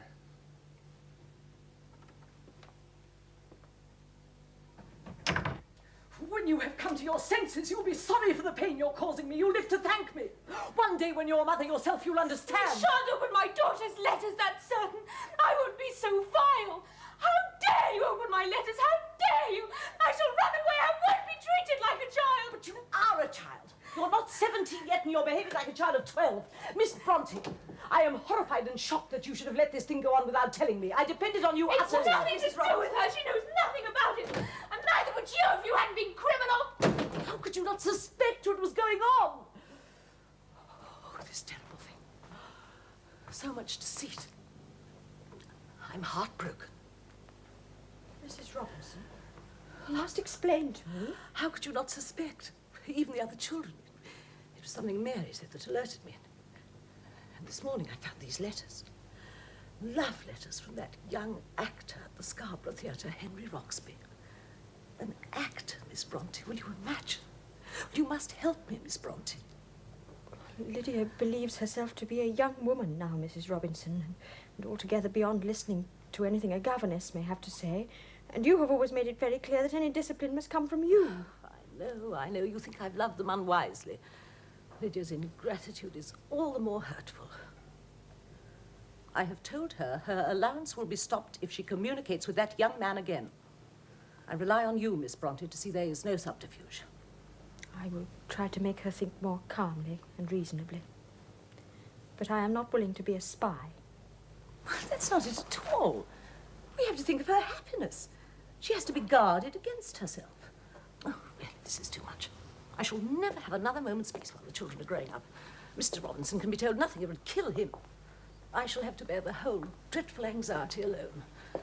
And Edmund will soon be of an age that needs a man's guidance. Yes, I think that would be very sensible. It's a risk to find someone suitable. One has to know the background, family. Your brother's had experience as a tutor, has he not? Branwell, well, yes, Mrs. Robinson. Do you think he would be willing to consider the post after the Christmas holidays? I can ask him, of course. It might be an answer. It's such a weight off my mind. Is all well at home? No, Mrs. Robinson, all is not well. There is an outbreak of cholera in the village. She behaved as though she were beside herself. No thought for anyone. So wounding after all my care for her.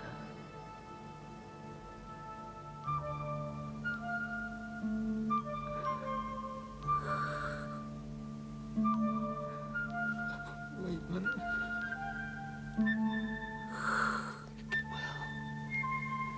Get well.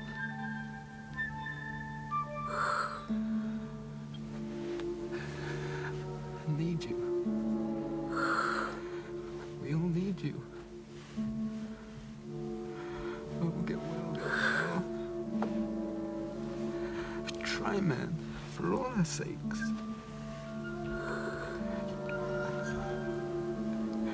You're the best friend I ever had.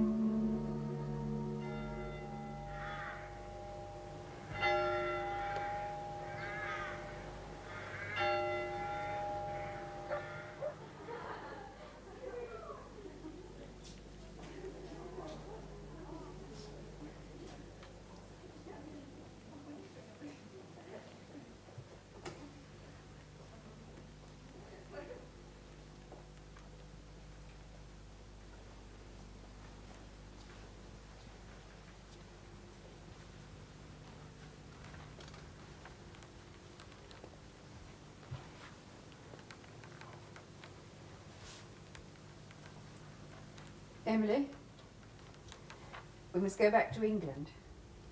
Oh, yes.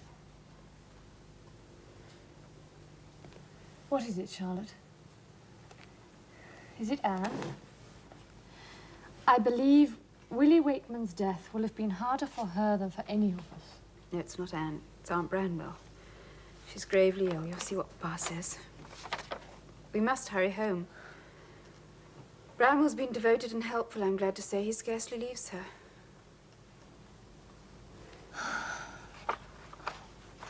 Paul loves her. And Charlotte... Anne loved Waitman, though you refused to see it. Yes, thou art gone, and nevermore thy sunny smile shall gladden me. But I may pass the old church door and pace the floor that covers thee,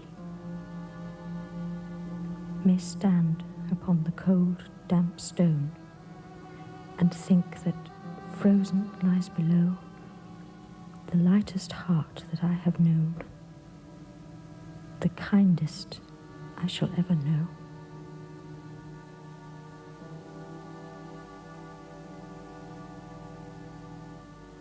My dears, this is a sad, anxious ending of the year for you. I can only hope that by the time you get home... Madame, another letter came this morning. We are too late to see my aunt alive. My poor children. My heart goes out to you. You know how genuinely we value you. Thank you. Oh, thank you. Shall we not see Monsieur? It's impossible to go without saying goodbye. Yes, of course, my dear. He is just finishing a letter to your father. Ah, here he is now. You're waiting to leave. I am sorry. Sorry to delay you, and sorry to let you go. But you will be back for the new year, will you not? Well, I have put it to your father that you will have a salary for teaching English and music and continue your own studies free of charge. We very much wish it. You have been such inquiring and diligent pupils. We feel for you, I tell him, almost though you were our own daughters. Our aunt is dead, monsieur. Hélas. It will not be possible for me to return. I hope my father will want me to act as housekeeper for him in her place. But I must come back, monsieur. I must come back. It's important to me. It means so much to me that you and Madame Hégère should want me here. More than I can say. Then it is less than goodbye, Mademoiselle Charlotte.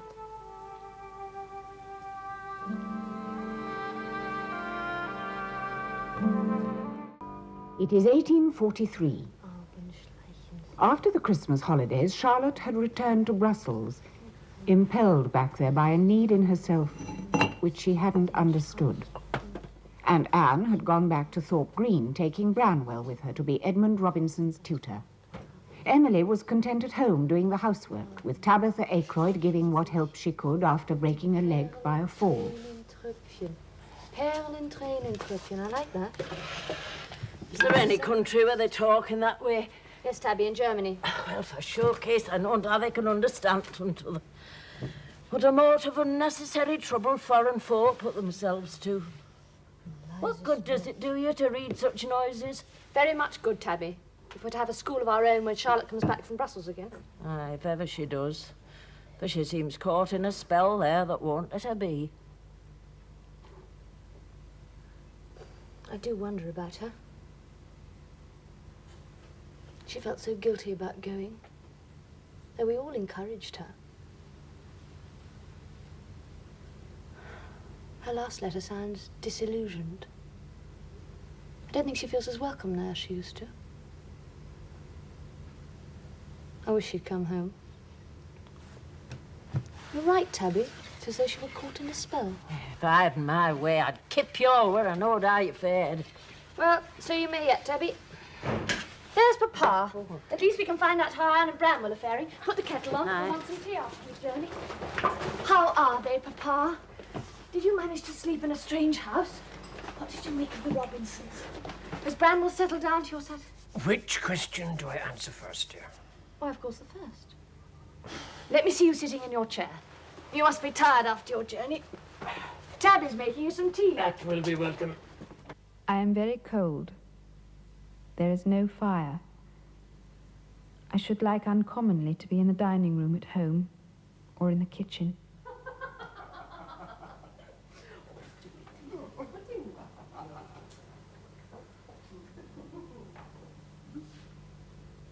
Tabby blowing the fire, in order to boil potatoes to a sort of vegetable glue. Tell me whether Papa really wants me very much to come home, and whether you do likewise. I have an idea that I should be of no use there, a sort of aged person upon the parish. I pray with heart and soul that all may continue well at Haworth, above all in our grey, half-inhabited house.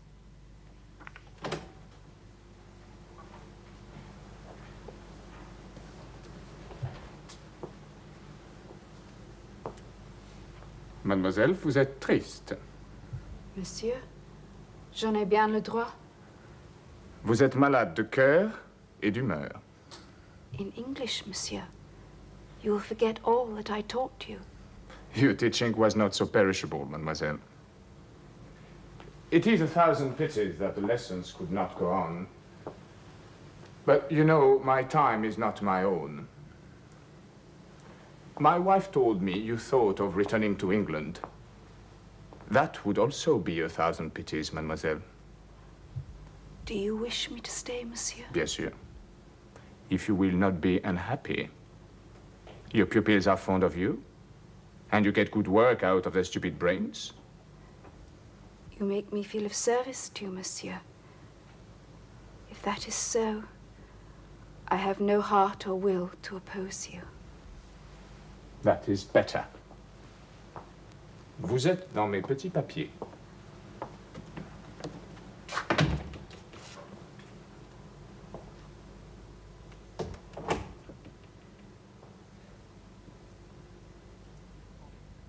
She walks in beauty, like the night of cloudless climes and starry skies. And all that's best of dark and bright meet in her aspect and her eyes. And on that cheek and o'er that brow, so soft, so calm, yet eloquent, the smiles that win, the tints that glow, but tell of days in goodness spent.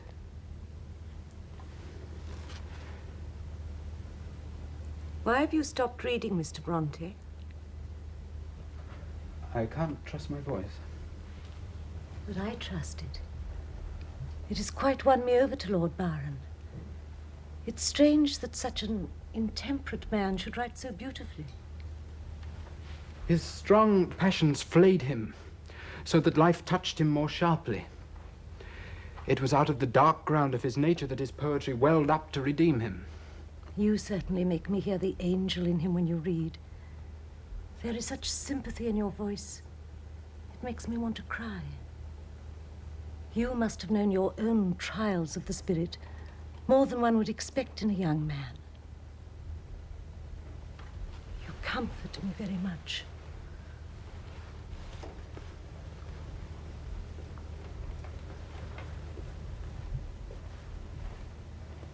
Mrs. Robinson,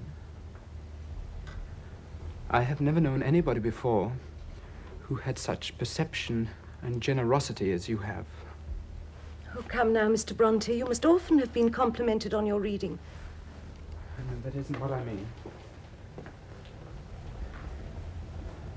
You make me feel that life can be trusted. You are what I have always believed a woman should be.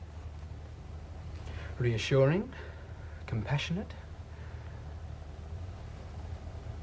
beautiful. A sanctuary from the devils that beset a man. No. No, now I am ashamed because I fall so short of your opinion. There is some attractive young lady nearer to your ideal, whose name you keep locked in your heart. Are we not good enough friends for you to tell me who she is? In my ears that has the sound of mockery, though you didn't mean it so. You've lived your life innocent of the world's vulgarities, but I tell you, apart from my family, I've met very few women that I'd care to mention in your presence, and none that I could compare you with. It breaks my heart to see how much you give and how little you receive in return. This is chivalry, Mr. Brontë. You belong to an earlier, more gallant time than the present. Mr. Brontë is no way to address your knight at arms. Sir Branwell, then.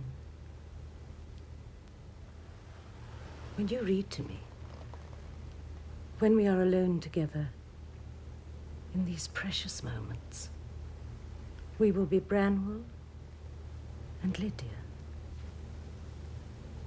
It will be our secret.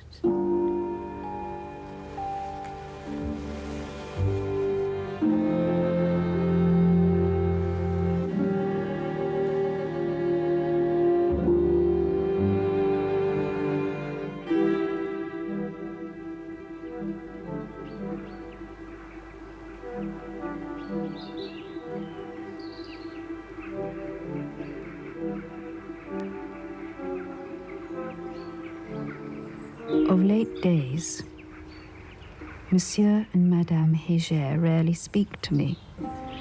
And I really don't pretend to care a fig for anybody else in the establishment. You are not to suppose that I am under the influence of any warm affection for Madame Heger. I am convinced she does not like me. Why, I cannot tell. Nor do I think she herself has any definite reason for the aversion.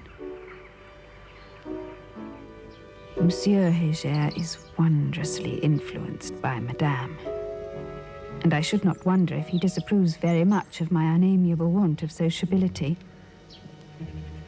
He has already given me a brief lecture on universal bienveillance, and, perceiving that I don't improve in consequence, I fancy he has taken to considering me as a person to be let alone, left to the error of her ways. And consequently he has in great measure withdrawn the light of his countenance. And I get on from day to day in a Robinson Crusoe-like condition, very lonely. That does not signify. In other respects, I have nothing substantial to complain of, nor is even this a cause for complaint, except the loss of Monsieur Heger's goodwill, if I have lost it. I care for none of them.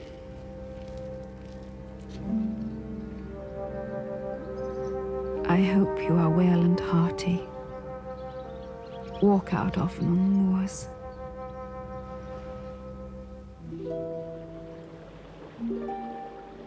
I'll walk where my own nature would be leading.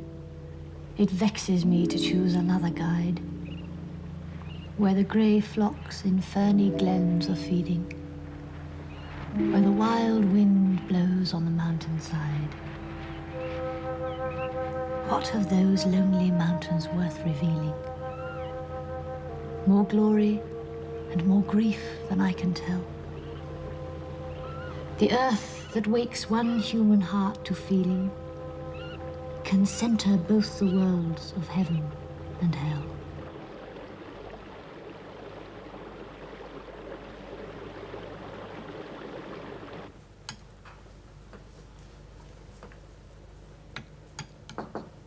Come in. Pa, a letter from Charlotte. Or rather, a few scrawls on paper. She is coming home. Look, Papa. That is a blessing. It's such a scribble. Let me read it. I have taken my determination. I hope to be at home the day after New Year's Day. Low spirits have affected me much lately, but I hope all will be well when I get home. Above all, if I find Papa and you and B and A well. I am not ill in body. It is only the mind which is a trifle shaken, for want of comfort. I shall try to cheer up now. Goodbye, C.B.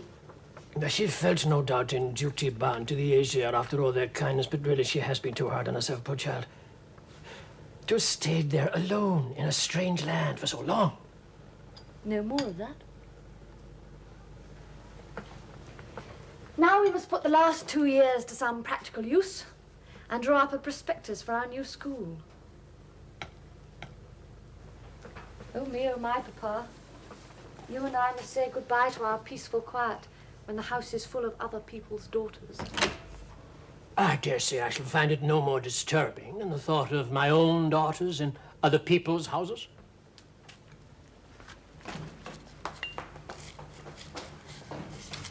What a bristling wind Charlotte be when postman knocks. No one must be there for her. You'd think she were dying for news of a sweetheart where she scuttles. I don't take no bother with letties. Like as not, there'll be no good in 'em. We're always hoping, Tabby, that not all those prospectuses we sent out have fallen on stony ground. Hope's a better morsel than a trencher of grief.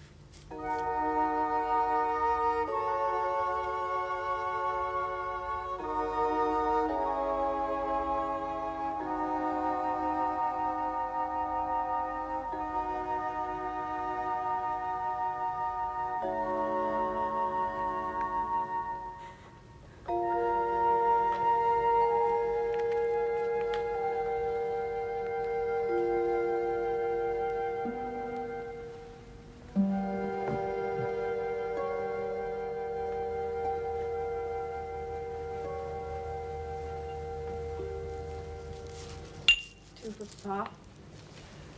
And not one prospective pupil for us. We've made the attempt. And apart from the disappointment to Anne, I don't mean to feel mortified at our defeat. Thank goodness you're here, Charlotte, to entertain the curates to tea. If you don't mind, I shall have mine here with Tabby with my feet up on the fender. All right. Do you think Mr. Nichols is going to be an improvement on Mr. Smith? Almost anyone would be an improvement on Mr. Smith. He seems a respectable young man and reads well. I wouldn't think his character holds any surprises. Why are most curates such highly uninteresting, narrow and unattractive specimens of their sex?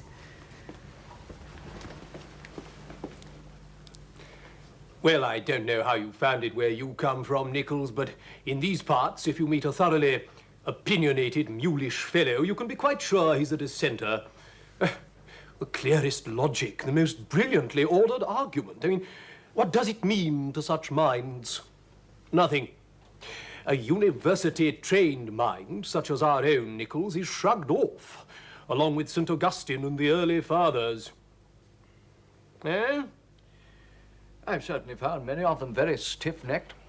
Comes from a kind of pride in eccentricity, I suppose. They would rather be different than right. And since our liturgy is the result of the most scholarly thinking and the finest spiritual perception over the centuries, they can only rebut anything we say with childish obstinacy and keep the intellect at bay with emotionalism. Plumb on the target. The emotionalism, the enthusiasm. If I were the deity being worshipped with such crude fervour, I should yearn for the silent vacancies of the Quakers.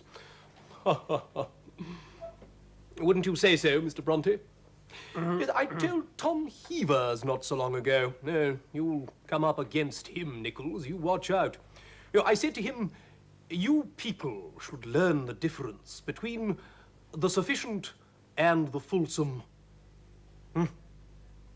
He couldn't think of an answer to that. Yes, if you weren't so bigoted, Heavers, I said to him, perhaps we could get some sense into your head. Did you put any sugar in my cup, Miss Brontë? 4 lumps as usual, Mr. Smith, which you may call sufficient, but some people might find fulsome.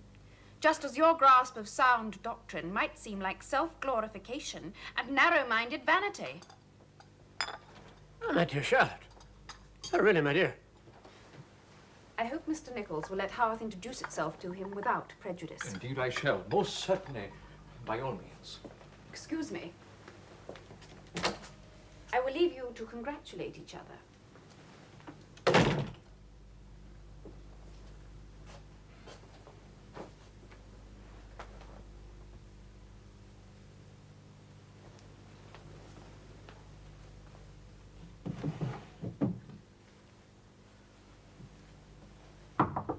I had to come and show you, Miss Brontë.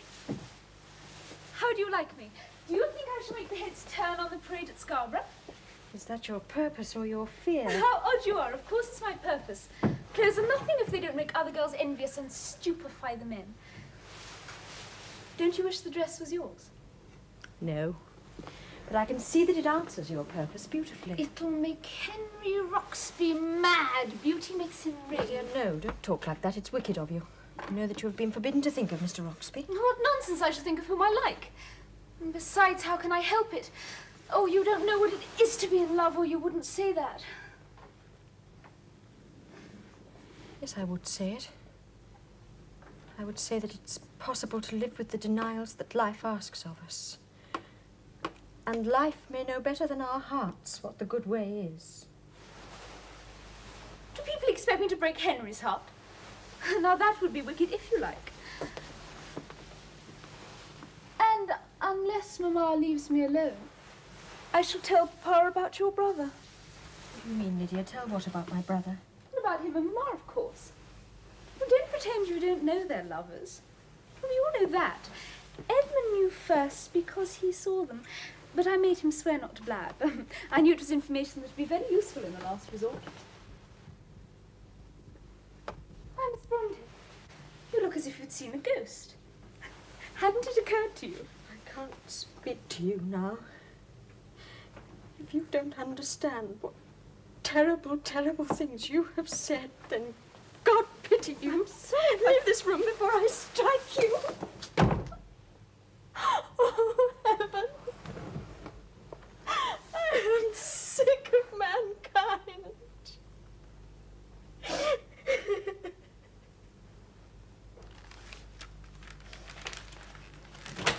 Anne, has Emily read you her poems? No. I'm not looking at them.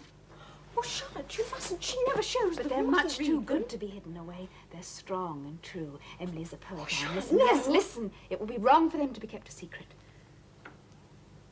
He comes with western winds, with evening's wandering airs, with that clear dusk of heaven that brings the thickest stars. Winds take a pensive tone, and stars a tender fire, and visions rise and change, which kill me with desire. Desire for nothing known in my mature. What have you got there? Your poems, Emily. I don't think you know how good they are. You've no right to read them. It's outrageous of you. Where did you get them? Shut that book at once. Once the first sentence Give caught me my eye. them. It's thieving to steal a look at what isn't yours to see. It's unforgivable.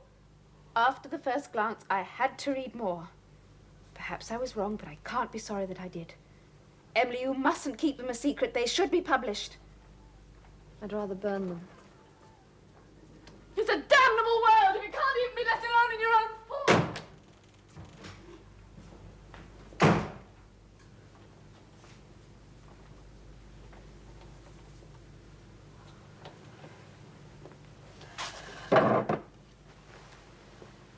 I feel as though I'd write on the tomb of the pharaohs. Will she ever be reconciled, I wonder? Sure she will. Oh, don't be troubled. Oh, Anne, I'm so glad you're not going back to Thorpe Green after the holidays. For my sake, as well as Emily's and Papa's. He finds it so hard to keep cheerful now that his sight's gone. I wish Branwell wouldn't go back. He won't listen to me. But he's doing so well at last. I've never seen him look so cool and calm and confident. Shouldn't we be thankful? Anne, why do you hate Thorpe Green so?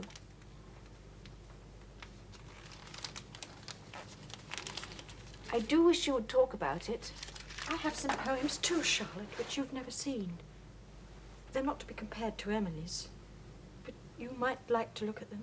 Well, you know I would. I'll go and fetch them. If we show our poems to each other, I think Emily might relent. Mine too. Oh, I suppose it's my due penance. Do you think we really might try to get them published? With that clear dusk of heaven that brings the thickest stars. Yes, Anne, I'm determined. But I doubt if Emily will ever be persuaded. And not until they decided to use the pen names of Currer, Ellis, and Acton Bell was Emily's reluctance overcome. It's a surprising fact that we should have raised £230 for a new peal of bells in little more than a month. I wish I could acquire a new pair of eyes so easily. I fear you're having to undertake too much for me, Nichols. As my daughters are too, not that I have to depend upon them for all my reading. They have a woman's delight in these homely duties, I'm sure. Well, the failure of their school project must have been a great disappointment to them. All this writing they do seems a rather desperate way of occupying themselves. Do you read their efforts, Mr. Brontë? No, I never interfere with them at these times. I judge it best to throw them upon their own responsibility. Besides, a parson, bordering on 70, is likely to be too old and severe a critic of youthful imagination. Miss Charlotte has qualities which, given the opportunity, as a wife and mother, for instance. Nichols, you're talking nonsense. Here's the postman. I'll fetch the letters. All right, Mr. Nichols.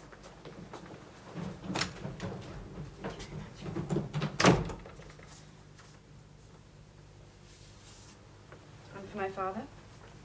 One for you, Branwell.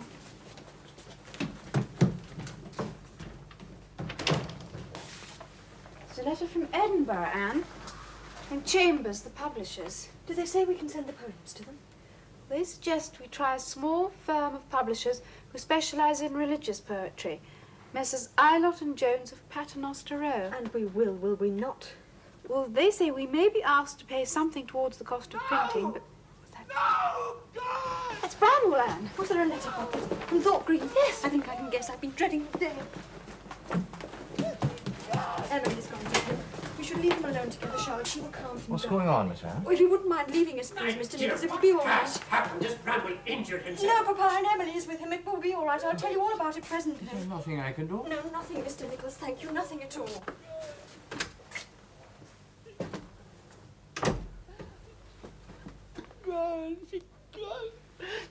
You can't expect me to be sorry for you when you're being so sorry for yourself. I'm quite prepared to be if you'd remember you're a man. Oh, my God, I remember. You don't know the torture. To think of her suffering now alone with that devil. The father of her children. If you risk a folly, you must have the courage to face the consequences, it seems to me. You're a pinnacle of my own. It's a double agony. It's a You won't get out by wading deeper in, that's certain. Get off the bed, Branwell. Stand up! Stand up!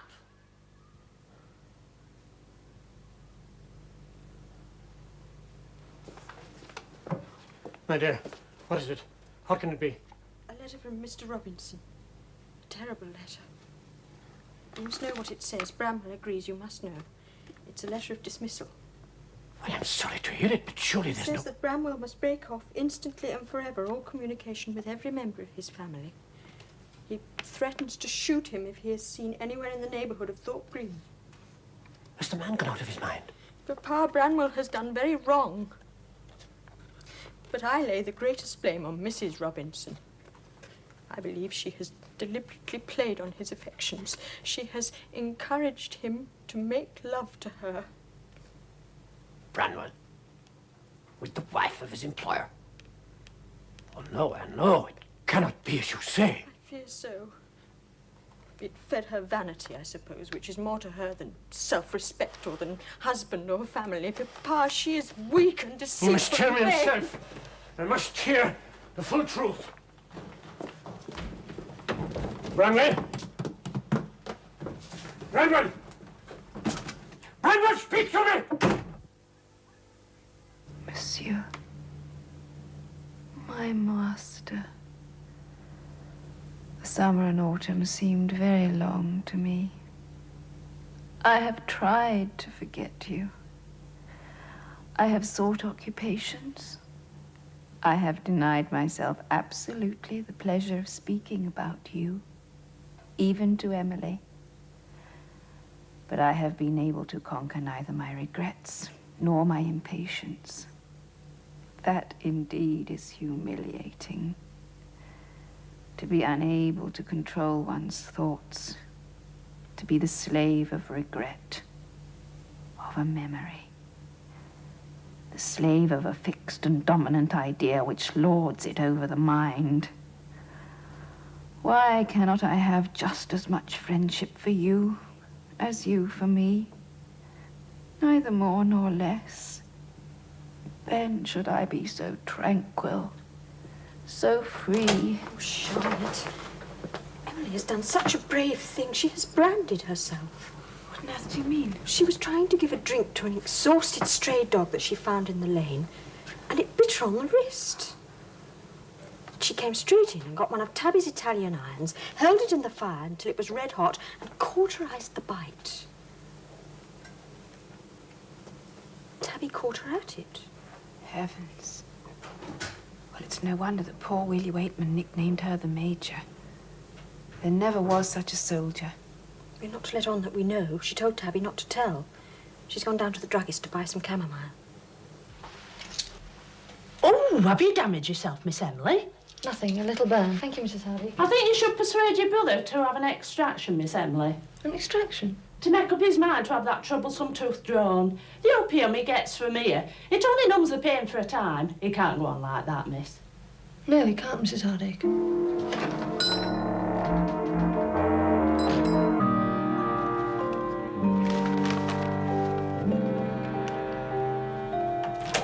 Why did you want me? I was just going to give Keeper and Flossie their dinner. Is Anne coming? Anne? What did you want? We thought you must have seen a rare bird or something. So I have. A lesser green-ribbed bellbird. Our copies of the poems have come. Oh, Charlotte, let me see. I only just rescued them from Tabby in time. As they were addressed to C. Brontë, Esquire, she was going to take them up to Branwell. It's a strange sensation to feel you've become a book. Branwell must never know. It will be like throwing him off a cliff. No one must know. No one at all. It would hurt Branwell very much. I do hope they haven't still got tumbling instead of trembling stars. It would make the whole poem absurd. Oh, no, thank goodness. I'm just going down to the carrier's to see when he can take me to Keighley. I'm off as soon as may be. Why, where to, Branwell? Thorpe Green. What is it?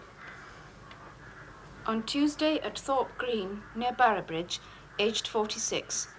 The Reverend Edmund Robinson. He died as he had lived, in firm and humble trust in his Saviour.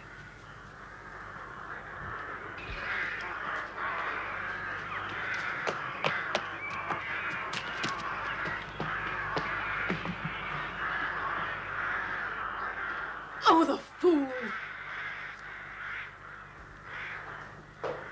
Mr. Branwell! I was just coming up to find you. Good morning, Annie. There's a Mr. Gooch asking for you. Says he's coachman from where you were at Boroughbridge. He has to see you most particular. So he does, Annie, I'm sure. I was more than half expecting him. Where is he? I showed him to private parlour because...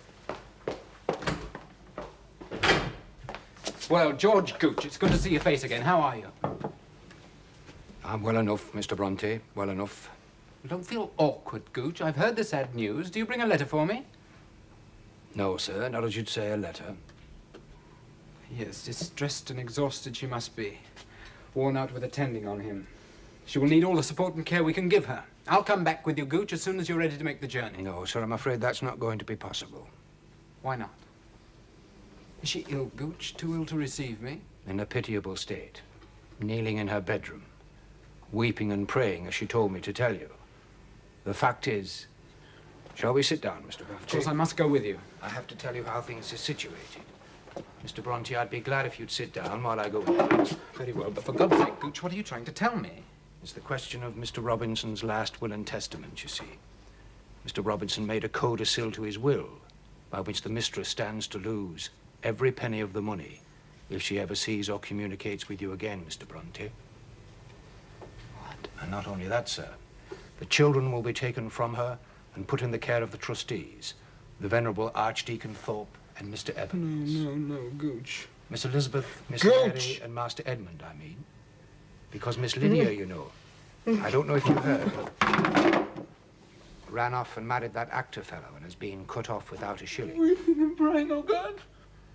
On her knees, you said. It's enough to stab his dead heart in the grave and make it bleed.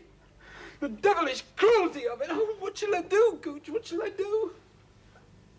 Do, Mr. Brontë? Nothing if you don't want to drive the mistress insane. I'll tell her you took it on the chin and wish her well, shall I, sir? I wish I'd never known her.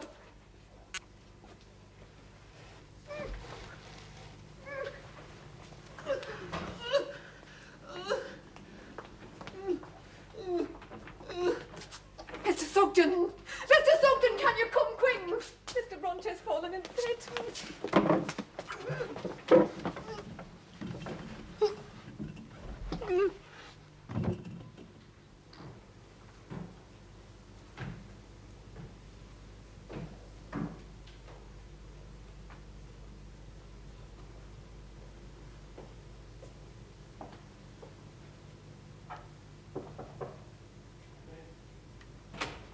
Branwell's gone into Papa again. He gives him no peace, day or night. He has been sleeping half the day. Perhaps he'll be calm. We shall have a worse night even than usual. This last month's been intolerable. It's hardly possible to stay in the same room with him. I owe it. I owe it! Oh, poor Papa. I think I'd better go to them. I don't think you should. He feels so humiliated in front of you, it makes him more desperate. I'll go in a minute if need be. No. I didn't say I wanted it for the Blackpool. It's a debt I owe. That's all. I promised to pay tonight. You wouldn't want me to break my word. It's only a guinea, Papa.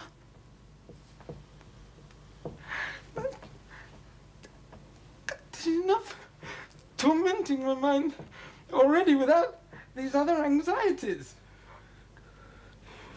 You expect me to finance your self-destruction? That's what it is. That's what you're doing. You say I wouldn't want you to break your word. What of all your promises to me, hmm?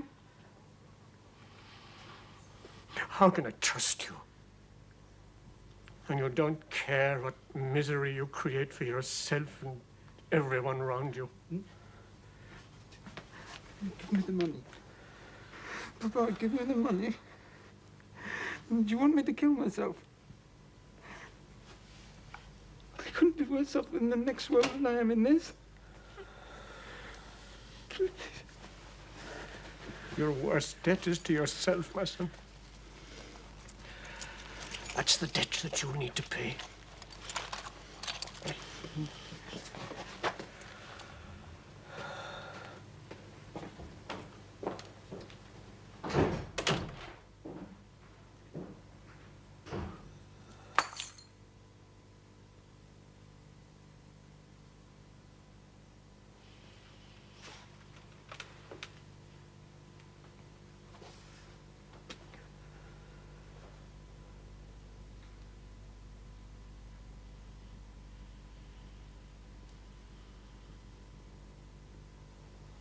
Emily's walking him up and down the path. She has more patience with him than I can muster. It won't do to give up hope, Charlotte. What will become of us? And some good has come out of this dreadful year. The poems have been printed. And who knows, perhaps by the end of the year our stories will have been accepted too. Well, we shan't make our fortune out of them if they sell no better than the poems. Total sale, 2 copies, even after we spent a further £10 on advertisements. But one of the purchasers wrote for our signatures. That's fame of a sort. And 3 notices in the magazines. Whenever I feel discouraged, I take them out and read them again. I've just been writing to Messrs. Ilott and Jones. They in whose hearts are chords strung by nature to sympathise with the beautiful and true will recognise in these compositions the presence of more genius than it was supposed this utilitarian age had devoted to the loftier exercises of the intellect. Well, the length of the sentence alone should have sold more than 2 copies.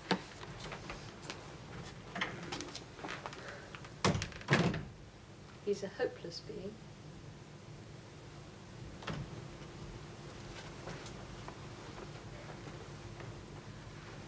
Shall I read you my letter? Yes. Gentlemen, C, E and A Bell are now preparing for the press 3 works of fiction. It is not their intention to publish these tales on their own account. They direct me to ask you whether you would be disposed to undertake the work after having, of course, by due inspection of the manuscripts, made your decision as... I'm going up now, my dears, to try to get a little rest. Don't stay up too late. No, Papa. Can you manage all right? Yes, yes. The blinder I get, the more intimately I know this house. Good night. Good night. Good night, Papa.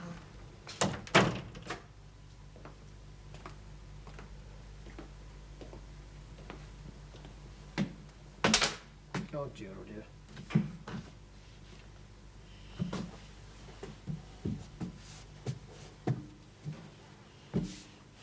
Charlotte! What is it, Papa? I've been so foolish as to drop the key. Oh. Here it is. Ah, thank you, my dear. That's ridiculous. Having to be helped up into my own pulpit by Nichols.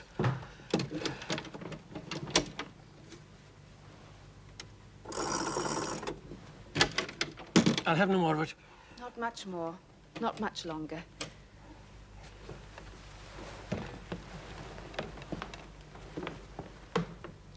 Next month, you and I shall be in Manchester. And if Dr. Wilson thinks the cataract is hardened enough, he gives me every assurance... Mr. Wilson, Charlotte, as a surgeon, he has to be addressed as Mr. Wilson. And how can we be away for so long? With Branwell so lost to all control? A month, you said? If the operation is performed. It's out of the question. But, Papa, Emily has no fears of that. She has more than something of your own soldiering spirit. Now I can trust Branwell to her, and so must you. Get some sleep.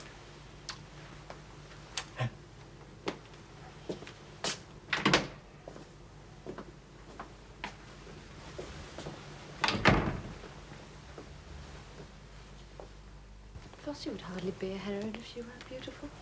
Ah, but she is beautiful. Undoubtedly she's a heroine too. Charlotte, we've been talking over what you said about heroines. And what did I say about heroines? You said we were wrong, even morally wrong, in making our heroines beautiful as a matter of course. And what was your verdict? We think it's not possible to make a heroine interesting on any other terms. I will prove to you that you're wrong. I will show you a heroine as plain and as small as myself. And she shall be as interesting as any of yours. Then I give you my second name to call her by. You may call her Jane, as the plainest name I know.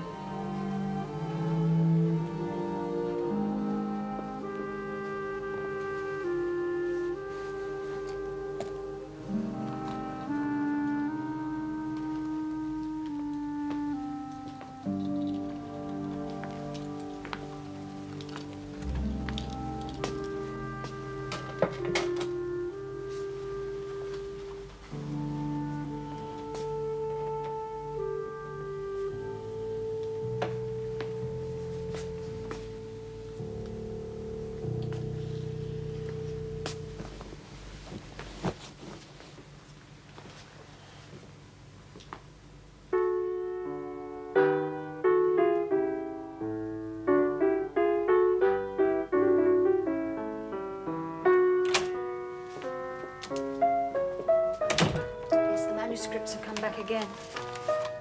If Charlotte's has been returned, Jim Feather will have sent it on to Manchester. That's 4 times now. Well, Charlotte said we must perseveringly obtrude them on the publishers. Wonder how many times constitutes perseverance. There's a letter from her. Why are we bothering with the wretched novels, then? Tear it open. No, let's read it with Tabby. She said she's fair clammed with knowing loud. Tabby, a letter from Manchester. Thank the dear God for good things. I couldn't have slept this night if it hadn't come. Have their eating settled? Papa and I saw Mr. Wilson as soon as we arrived. He pronounced Papa's eyes quite ready for an operation and has fixed next Monday for the performance of it. I think we shall be comfortable. At least our rooms are very good, but I am somewhat puzzled about provisions.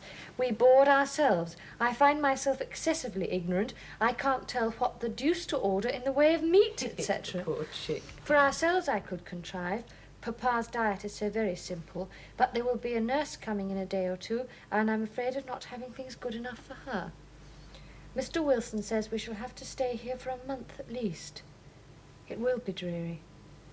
I wonder how you are getting on at home with Branwell. One is forced step by step to get experience in the world, but the learning is so disagreeable.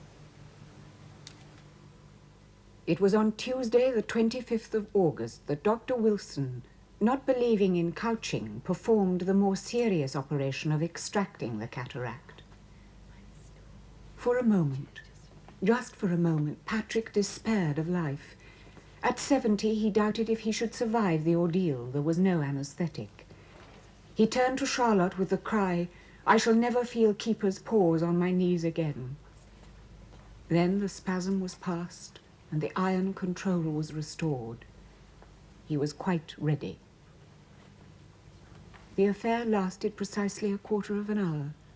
Mr. Brontë displayed extraordinary patience and firmness. The surgeon seemed surprised.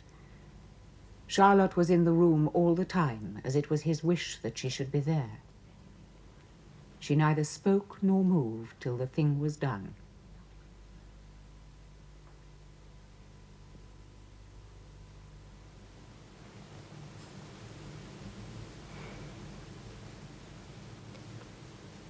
I've been trying to think what it must be like to be Papa. Lying in the dark hour after hour, scarcely being allowed to speak or be spoken to. How do his thoughts occupy him? Endurance is a kind of occupation. Mr. Wilson's good report was a comfort. Poor Charlotte, to have her novel returned to her on the very morning of the operation. Perhaps it was better when her mind was full of Papa. And thank goodness she's so determined to start on another novel. If only she will, the days in Manchester won't feel so long.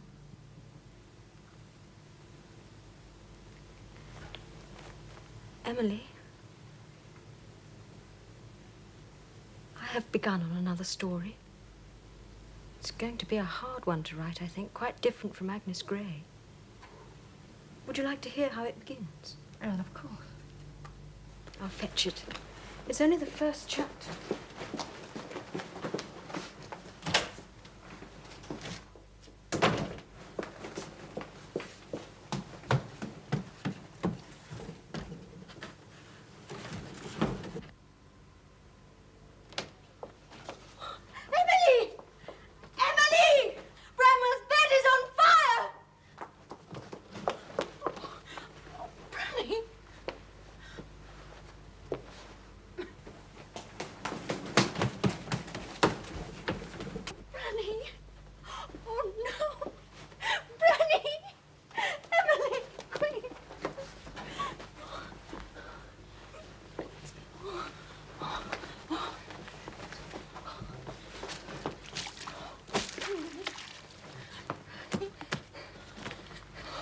Whatever you do, don't tell Papa.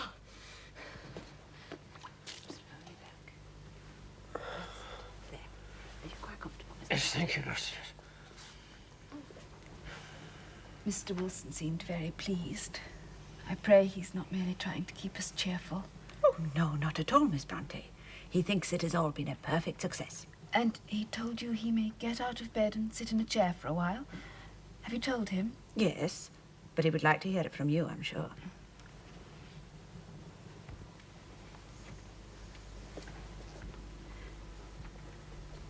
Papa? Mr. Wilson says you're doing splendidly. And you could see a little, could you not, when he took off the bandages? Yes, my dear. A little. The light is coming back to you. The darkness will soon be a thing of the past. And you're going to sit out of bed. We can have a little fire if we shield you from the firelight. You are easier in your mind now, aren't you, Papa? Have you heard from Emily? I hope they're having no trouble. No, none, dearest.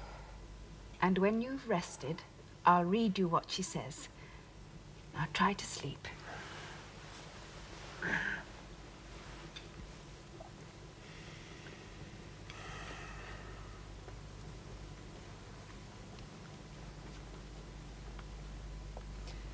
You should try to get some sleep too, Miss Brontë. You look very drawn and tired. I've been keeping bad company with an aching tooth these past few days, but I'm willing it away.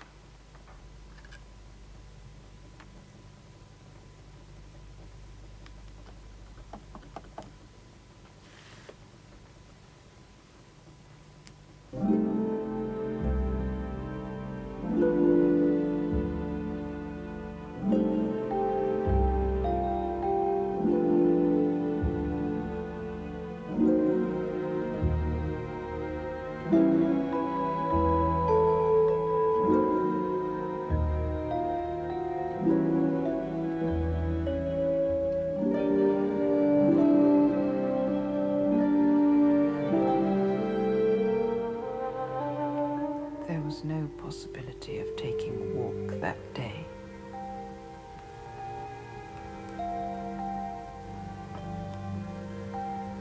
We had been wandering, indeed, in the leafless shrubbery an hour in the morning. But since dinner, Mrs. Reed, when there was no company, dined early. The cold winter wind had brought with it clouds so sombre and a rain so penetrating that further outdoor exercise was now out of the question. All through the Arctic winter of 1846 and into the spring and summer, Charlotte worked on at her novel Jane Eyre. Notwithstanding the domestic anxieties that were harassing them, and the failure of the poems, and the fact that the 3 novels were returned with monotonous regularity from the publishers they sent them to. By early July, their hopes had vanished to nothing. And then a new and rather irresponsible publisher, Thomas Newby of Mortimer Street, offered to publish 2 of the novels, Emily's and Anne's, if they would contribute £50 to the cost. But not Charlotte's novel, The Professor. That was returned. Charlotte immediately sent it off again. Wrapped in the paper, it had just come back in to yet another publisher, Smith, Elder and Company. When no acknowledgement came, Emily and Anne began to have pangs of conscience for letting their novels be published without Charlotte's. And after 2 weeks of waiting, Charlotte wrote off to ask whether the manuscript had been safely received.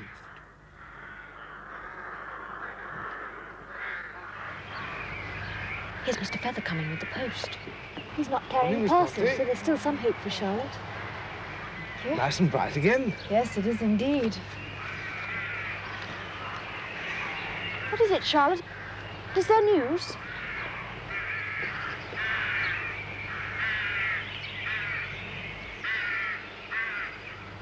It's from Smith and Elder. They declined to publish it. Oh, Charlotte. Look. They've written 2 pages discussing it in such a considerate way. And they say that a work in 3 volumes would meet with careful attention. And you have one almost ready. So very nearly ready. You're trembling now. And I believe it answers some of these doubts about the Professor. I can finish it within a month, I'm sure. I'll write and tell them so.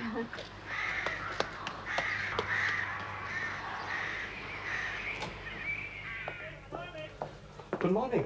Good morning. Thank you.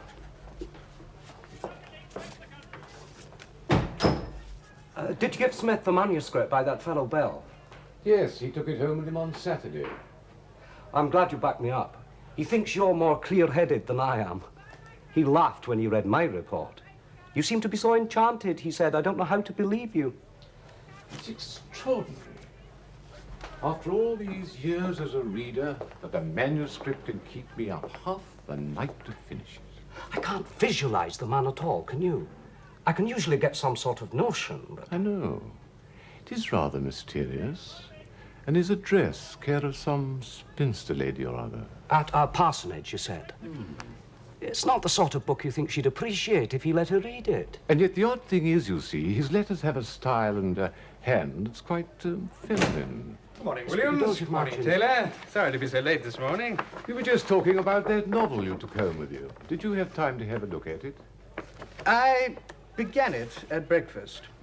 I didn't stop for luncheon. I had a glass of wine and a sandwich while I read. Cancelled an afternoon's engagement to go riding in the country. Upset my mother by cramming down my dinner in no time. I didn't go to bed till the thing was finished. Well...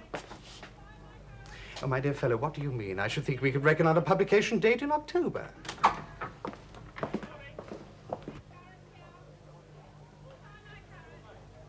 The book was set up, the proofs corrected, and Jane Eyre came out on October the 16th. The reviews were cautious at first, but the power and fascination of the tale itself made its merits known to the public without the fingerposts of professional criticism. And early in December, the rush began for copies.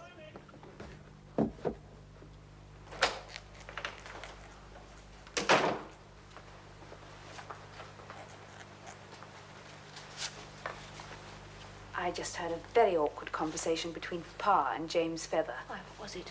Well, I saw him coming with the post, and I was hurrying downstairs just as Papa was leaving the house. Feather asked him whether a Mr. Carabel was visiting here or staying in the district. Papa said he knew no one of that name. Luckily, he hurried on then before Feather could say any more, and I rescued the letters. Tabby's getting inquisitive too. It will have to come out. Yes, I know.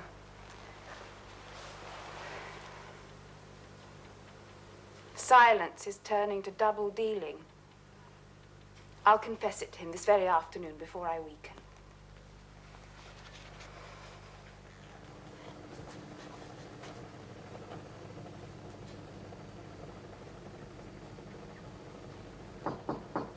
Come in.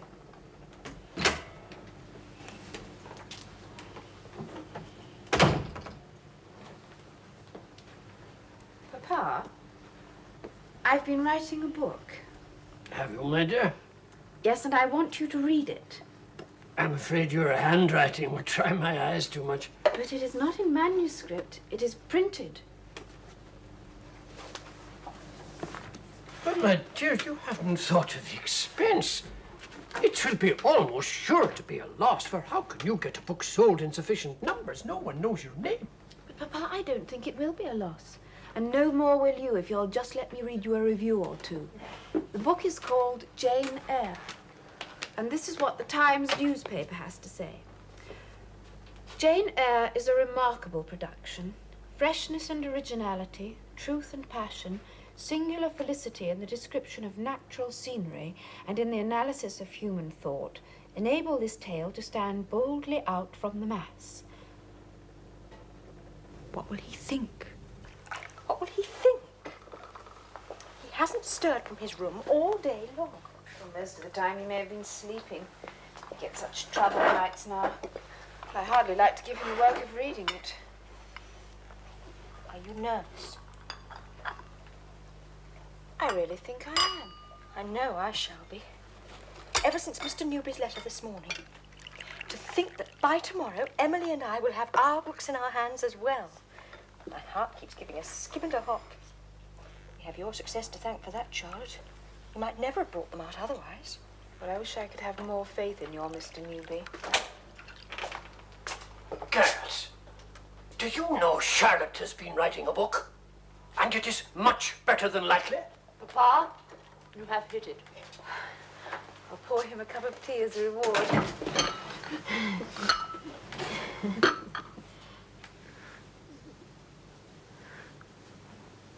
What can I do? What can I do?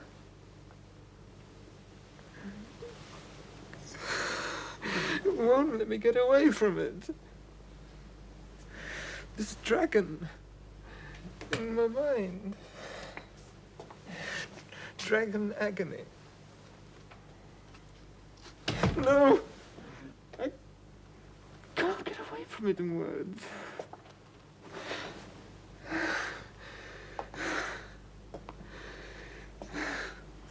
It's worst at night, when there's no life about. Quieten yourself. I am here with you. Don't persecute yourself like this. In the light, it's easier. Short times, in cheerful company, till the bitter truth blazes back through the brain, and then the bullet would be welcome. Oh, God, I don't know what to do. Give him the opportunity. Open your heart to him. There's nothing there. I've tried. There's nothing but a hollow echo.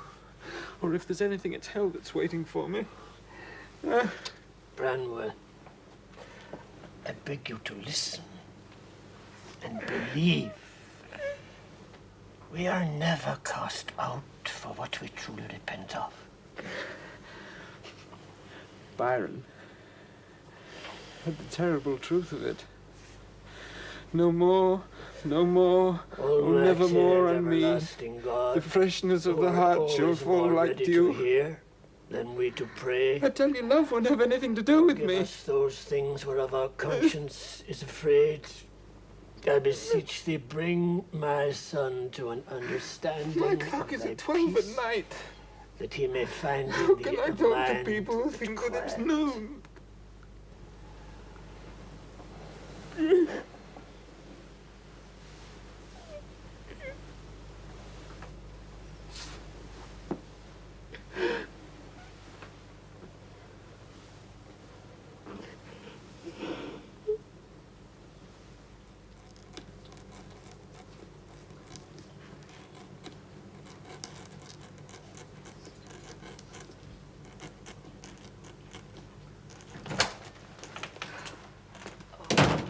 Dear, this is beyond everything. I told you, Anne, you shouldn't have promised your new book to Mr. Newby. Anne, what's the matter? He has persuaded a New York publisher that The Tenant of Wildfell Hall is by the same pen as Jane Eyre and Wuthering Heights, and better than either. That Currer, Ellis and Acton Bell are all the same man. And as I've promised my new book to Smith & Elder, they're naturally very upset. They would be glad to be in a position to contradict the statement. Oh, Charlotte, Mr. Smith could never think you would go back on your word. What does he know of me? He's polite but put out. Mr. Newby is a rogue, but rogues have to be born with. Oh dear, how confusing it all is. People saying that you wrote them all, or I wrote them all, or now that Anne wrote them all. We shall have to go up to London and prove to Mr. Smith that we're three people. Not if you took a horsewhip to me. And don't dare to say who I am. Let them babble to their heart's content. Not when they question my good faith. A letter would prove nothing. They must see that Anne and I, at least, are not one person. Now, if we travel up to London tonight, we can present ourselves at Cornhill in the morning. Tonight, Charlotte? Yes. If we pack a bag now, Billy can take it on his cart when he goes to Keighley, and we can walk over this afternoon in time to catch the train to Leeds. But how shall we sleep? Perhaps we won't. We shall set our minds at rest. Much good may it do you.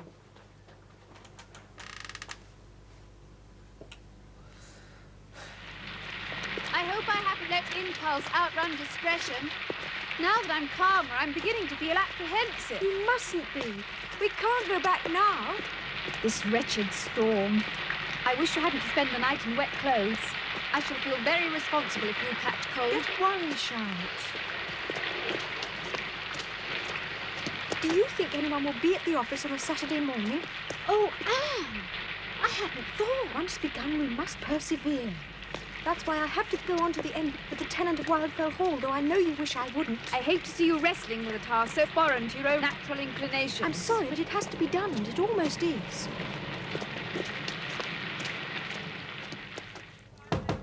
Come in.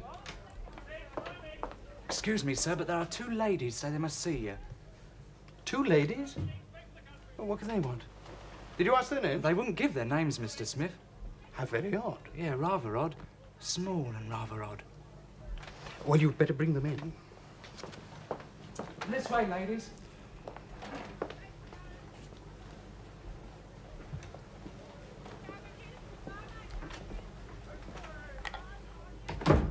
Good morning, ladies. In what way can I help you?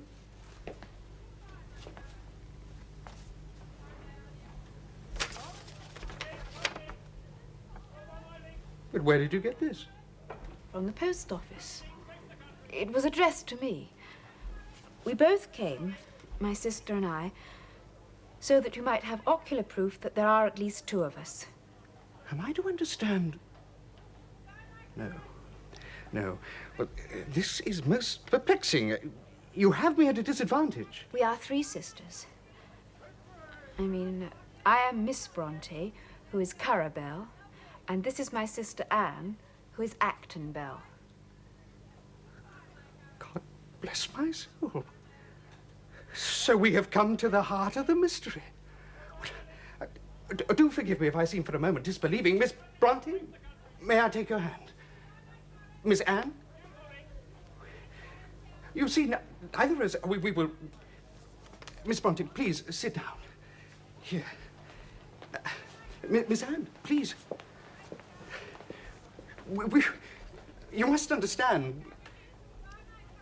Will you be able to stay in London long? There is much for us to talk about. And there are many people who will be eager to meet you, and much, no doubt, you'll want to do yourselves while you're here. I know my mother and my sisters would be delighted if you'll make our home your centre. Oh, you're very kind, but with so much that is new to take in, I think it would be better if we stay quietly at the Chapter Coffee House. Then I shall bring my sisters to call on you this evening, and we shall take you to the opera. That would be delightful, but I'm not sure. We are used, you know, to such a very uneventful life at the parsonage. Do please excuse me. I must just call Mr. Williams. He'll never forgive me if I keep you 2 to myself. Williams! There's a world of people longing to make your acquaintance. Williams, here. And Acton Bell in the office. We hadn't understood that it was settled that we should go to the opera. So when Mr. Smith and his sisters came to call for us, we weren't ready. We thought it best not to make any objections, although Charlotte had a thunderous headache and had just taken a strong dose of sal volatile. When Mr. Smith walked me up the crimson-carpeted staircase of the Opera House, well, I had to smile inwardly. We must have looked such a contrast. He in his white gloves and me in my spectacles. I whispered to him that we weren't accustomed to this sort of thing. Anne was as calm as ever, but I must confess to feeling a slight clownishness when the fine ladies and gentlemen looked down at me. It was after 1 o'clock when we got to bed, and we hadn't been in bed at all the night before. You can imagine how tired we were. I don't want to imagine it. Oh. Did you ever see such a jaded wretch? Were those strange lines ploughed into my face when I went away? No, and they'll be gone again tomorrow. We must save the rest. The Royal Academy and the National Gallery for Papa to hear. I wish it were possible to tell Branwell about it all. To see him light up with interest as he used to. How's he been behaving? Lying on his bed most of the time. Go in and see him, but he may not even seem to hear what you say to him.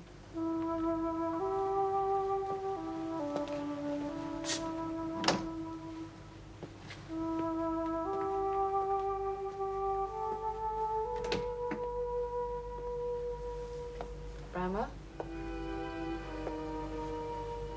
Branwell, I have things to tell you.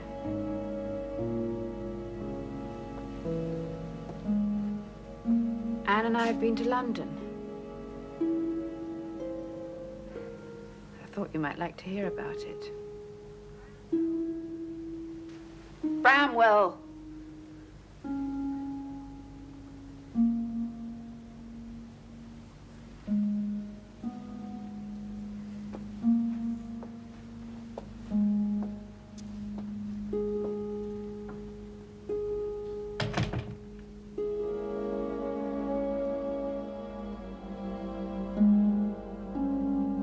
And so the year 1848 had come in. The year when Emily and Anne had planned to open their secret papers, written on Emily's birthday 3 years before. I wonder how we shall all be, and where and how situated on the 30th of July, 1848, when, if we are all alive, Emily will be just 30. I shall be in my 29th year, Charlotte in her 33rd, and Branwell in his 32nd. And what changes we shall have seen and known. And shall we be much changed ourselves? We sounded very young then. It's curious that we had no thought that we might have real books to our credit by the time we opened the papers. Shall we write another paper today to open 3 years from now? No, Anne, I don't think so. I don't think so either. Why, I wonder? It's better not to measure the years passing. We are freer without expectations.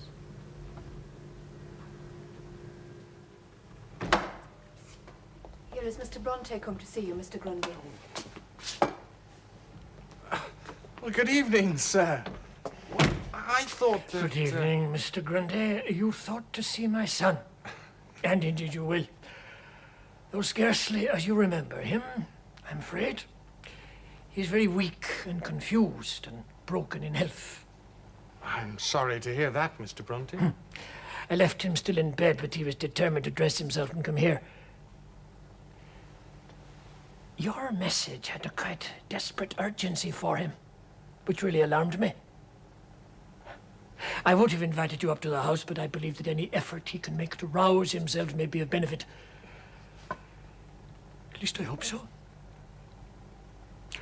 Oh, Mr. Grundy, if you can bring any comfort to my unhappy son, I shall be your debtor. I hope I may, Mr. Brontë, sir.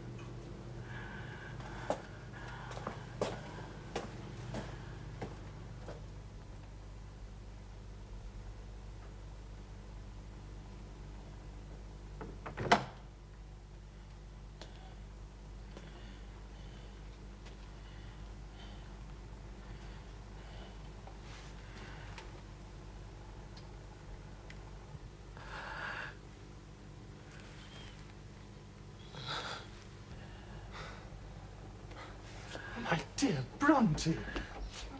It's good to see you. Though I wish you were looking more hearty.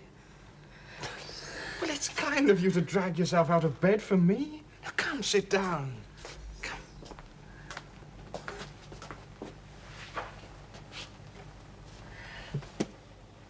Have some brandy, keeping warm by the fire. It really is you, Grundy. What? Well, who else? Here. Have a stiff glass of this. You look as though you could do with it.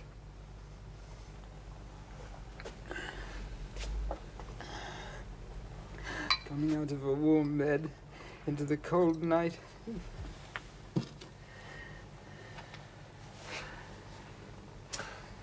Thompson, Leyland, and the rest would want to be affectionately remembered to you if they knew I was visiting. Oh, those were great days, my boy. Before the world began to take its toll of us. Here, try some of this excellent ham old Sugden's provided. I'm no eater these days, Frank. My stomach has lost all liking for it. Well, it's time you reminded it what it's missing. Got to keep alive, you know. Why do I have to? It's a misery to me.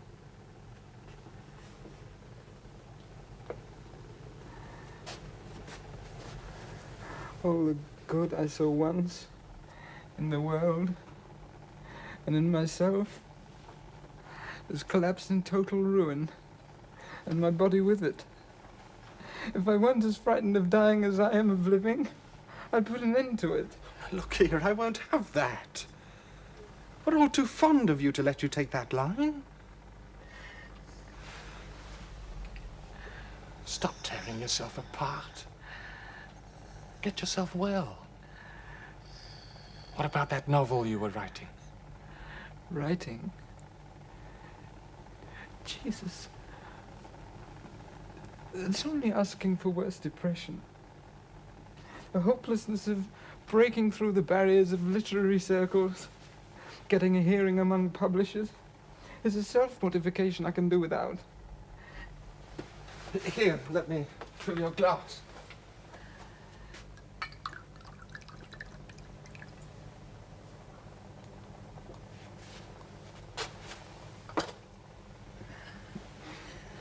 Poor Leyland's having his troubles, too. You know that statue of his, the 5 Warriors? Well, Lord Ribblesdale bought it, but it broke to pieces on the way to Gisborne. Because he can't afford decent materials. To keep his creditors quiet, he's wasting his genius on funeral tablets and such. I tell you what, Grundy. I'd be thankful if you'd go and see Tom Nicholson at the Old Cock when you're back in Halifax. He's threatening me with a court summons. I've told you, I think, that the beloved lady I can never forget, that we're eternally parted, sends me money from time to time through the channels of the family doctor. Well, I've written to Dr. Crosby and asked for an advance. Tell Nicholson it's morally certain I'll get it. If he presses me with the law, I'm ruined. Jail would destroy me forever. Look, I'll deal with old Tom. Don't fret. In return for that, what about eating something?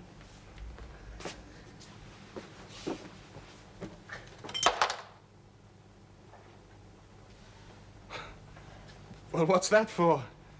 Do you usually keep the kitchen up your sleeve? You see, Frank, I'd given up all hope of ever seeing you again. I didn't believe the message could come from you. I thought it more likely to be a call from Satan. You never know Things seem innocent, but they hide terrible things. I made up my mind to rush in and stab whoever was waiting for me. And in that excited state, I didn't recognize you at first, till your voice brought me home to myself. Well, now, try and keep St. Paul in your mind in future. Be not forgetful to entertain strangers, for thereby some have entertained angels. Unawares.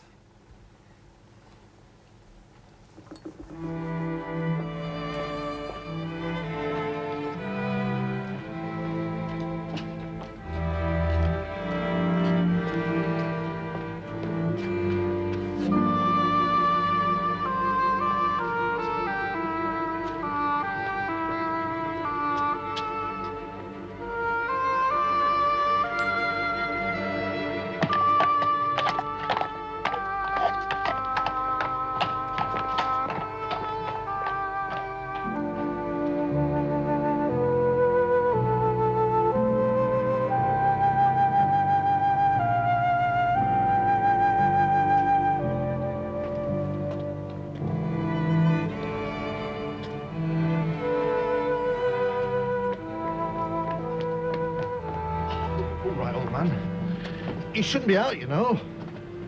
Here, let me give you a hand.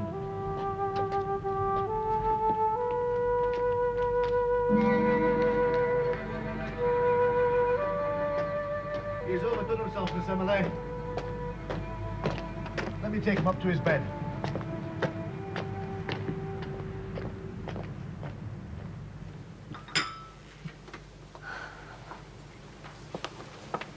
When a September day really tries, there's nothing more comforting. It's like those lines of James Thomson. The radiant sun, how gay, how calm below the gilded earth. Unfolding fair the last autumnal day. Thank goodness the east wind has stopped blowing. Isn't Emily lucky not to mind about it? A dry, uninteresting wind, she calls it. It doesn't affect her nervous system. It does mine. At least I didn't get a cough this time. I'm growing sensible. Here's John Brown come to see us. I left the front door open to give the passage the benefit of the sunshine. Morning, Miss Brontë. Miss Anne. Good morning, John. Did you want to see Mr. Brontë? I thought I'd come up and sit with Branwell a bit, till church time. Oh, thank you. That's what he would like. He's been so much easier in his mind these past 2 days. I'm sure he must have noticed it. So much gentler and affectionate. All that bitterness seems to have gone. Doctor holds out great hope that if this change in him can be maintained, he can begin to build his strength. Thank you, John.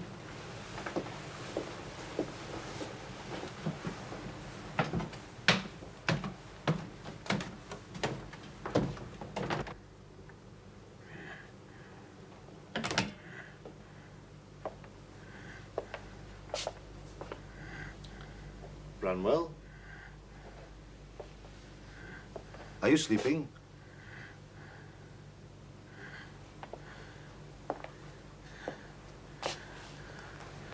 Oh, name of trumps. Thought you might like some company. Pretty comfortable, are you? Thanks. Nothing much. Old Dr. Cropper says you're on the mend.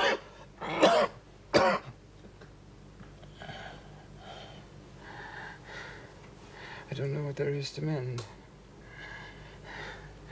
Fighting with a lot of shadows. It seemed very real at the time. Was it? Anyway, they've surrendered now. Or gone to ground. Except that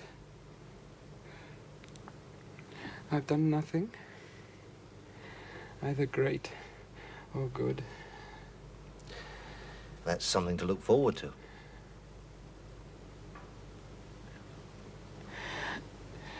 Is the day mild enough? Enough for what? The church door open. I could hear the singing. Leave it open. What is it, Branny? Pain? John dying? No, dear man. You'll come through. Let me fetch one of your sisters. She will know. Papa! Miss Brontë?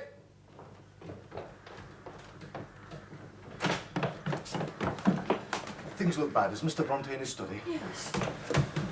Is it Branwell? Come in.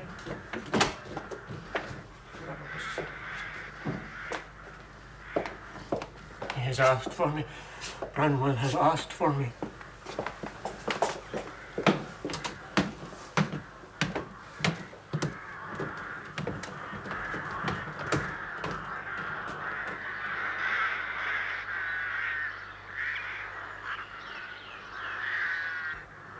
O Lord, look down from heaven. Behold, visit and relieve this thy servant. Look upon him with the eyes of thy mercy. Give him comfort and sure confidence in thee, that if it shall be thy pleasure to prolong his days here on earth, he may live to thee and be an instrument of thy glory by serving thee faithfully and by doing good in his generation. And keep him in perpetual peace and safety.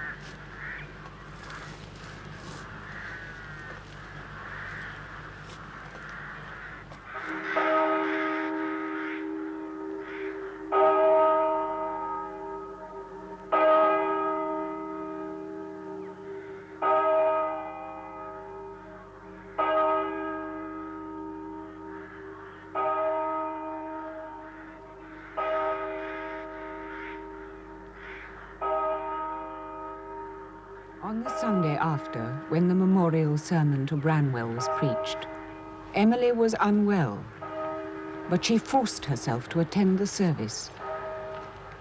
As the family came back to the parsonage, the cold September wind cut across the churchyard.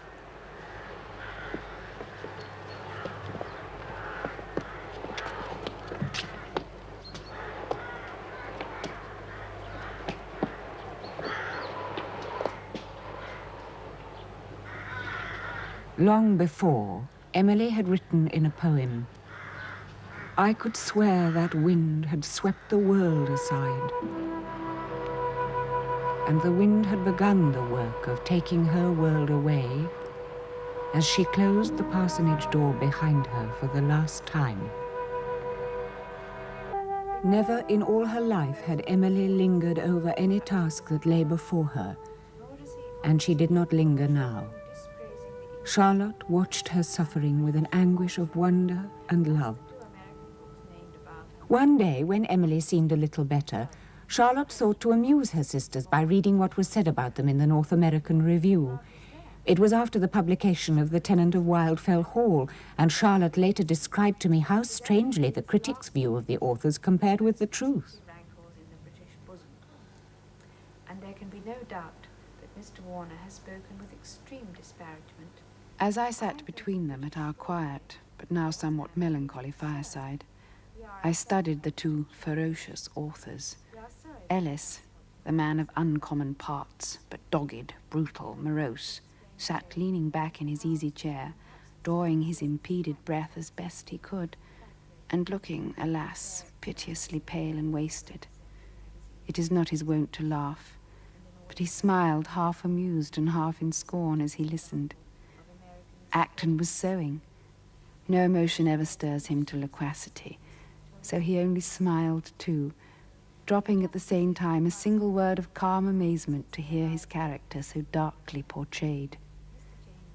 I wonder what the reviewer would have thought of his own sagacity, could he have beheld the pair as I did.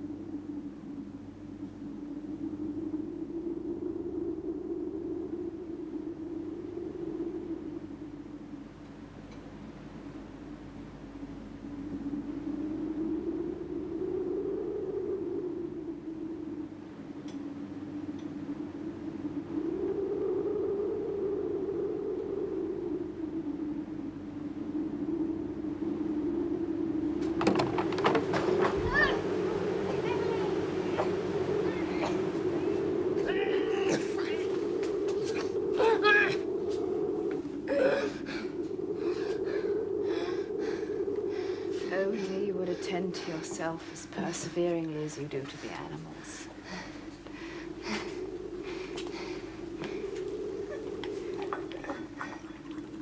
I wish you would try some of the homeopathic prescription that Mr. Williams recommended. Quackery. How do you know if you won't try it? Doctors. A lot of poisoners. Nature should be left to take her own course. Don't fret me. Well then, you shall rest in a chair while I read to you. I want to know what we shall make of Mr. Emerson's essays that have arrived from Cornhill today. Now, will you do that? Yes. Will you take my arm along the passage? No. I have 2 legs.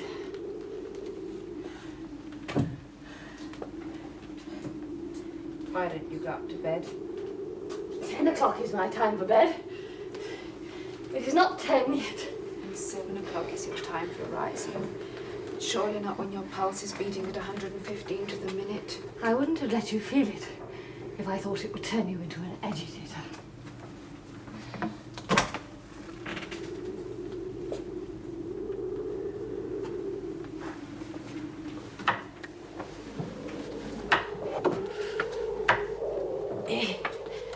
Dratted east wind makes most of keyholes. And if only we could be done with winter, so poor lass could feel sunshine. If only she'd be as kind to herself as she is to others. See if you can't get her to stop flogging her sen on and on so, Martha, and bide where she is. Never child was so pervicacious.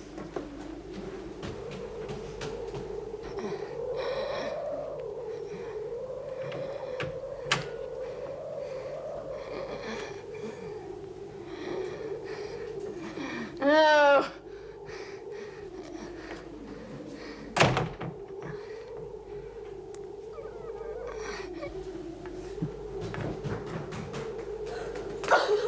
Oh, Miss, it's awful to see Miss Emily and she won't let me help her. It's such a strange sound when she draws her breath. Oh, Miss Brontë, why won't she let me help her or keep to her bed? I know if we tried it would agitate her beyond everything. Now, Martha, run back into the kitchen. Don't let her see you crying.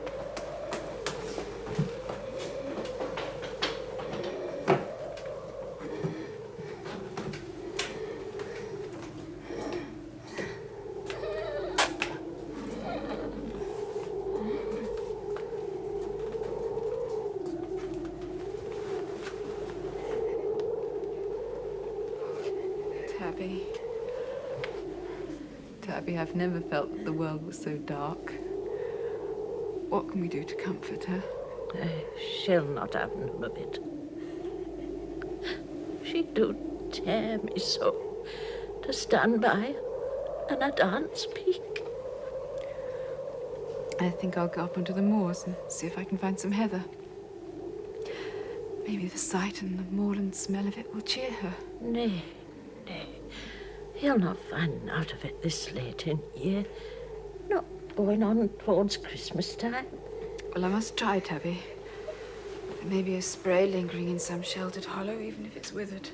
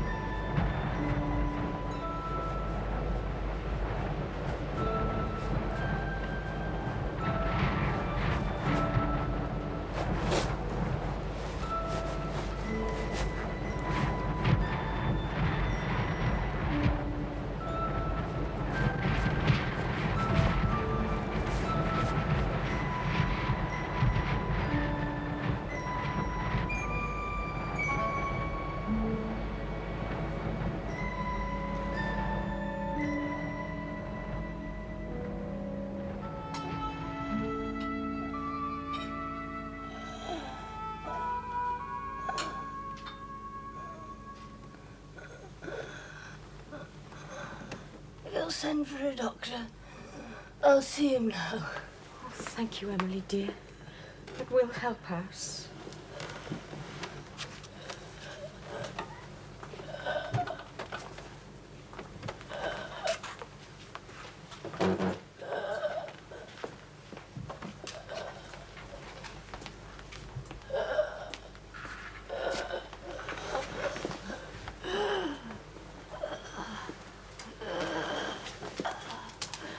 Look, there is keeper come beside you. He will keep you company.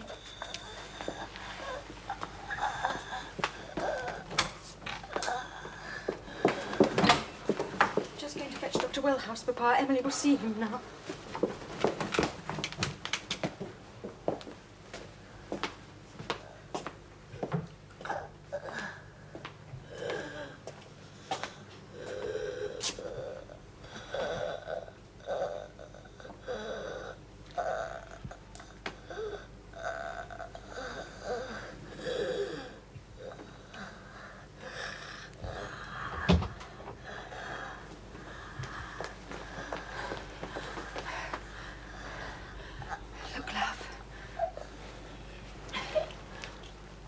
Brought you some honey from the horse.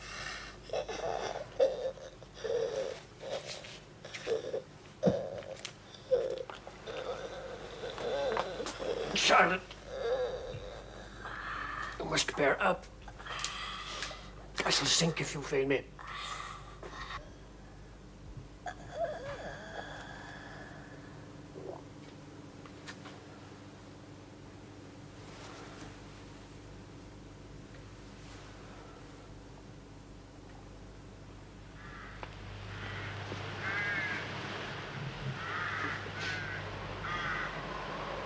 There is no more Emily in time or on earth now. Some sad comfort I take as I hear the wind blow and feel the cutting keenness of the frost, in knowing that the elements bring her no more suffering. Her fever is quieted, her restlessness soothed, her deep, hollow cough is hushed forever. We do not hear it in the night, nor listen for it in the morning. We have not the conflict of the strangely strong spirit and the fragile frame before us. Relentless conflict.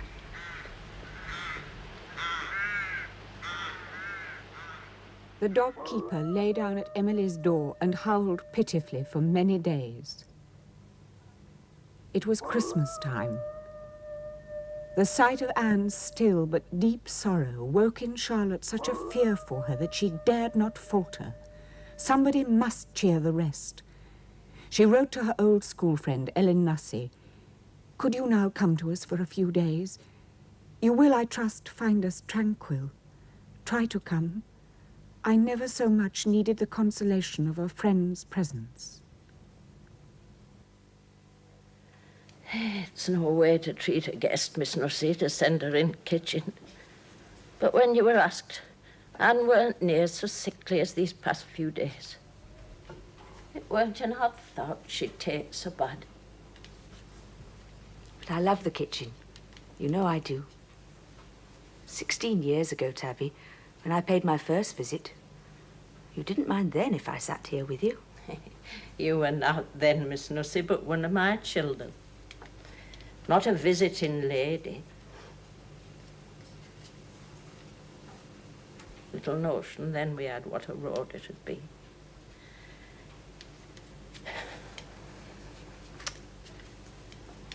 Doctor's taking his time. I'm glad Mr. Brontë thought of sending to Leeds for him. There's hardly a better man in England, so I've heard, than Dr. Teal. And there was little. There was all this play acting. Wild, terrible things. They so scared me with it. I run up to my brothers and I told him, William, you mun go up to Mr. Bronte's. For those children, I'm sure, are all going mad and I don't stop in town any longer with him. When we got back to him, they only set up a great crackle laughing.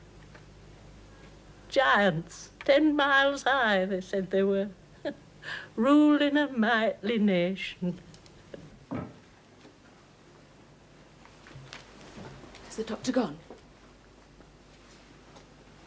Charlotte, what has he said?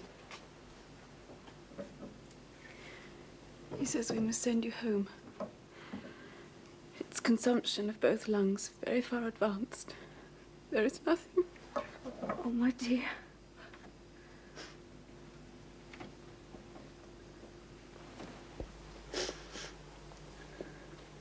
We are vanishing, Nell. We are vanishing. Oh.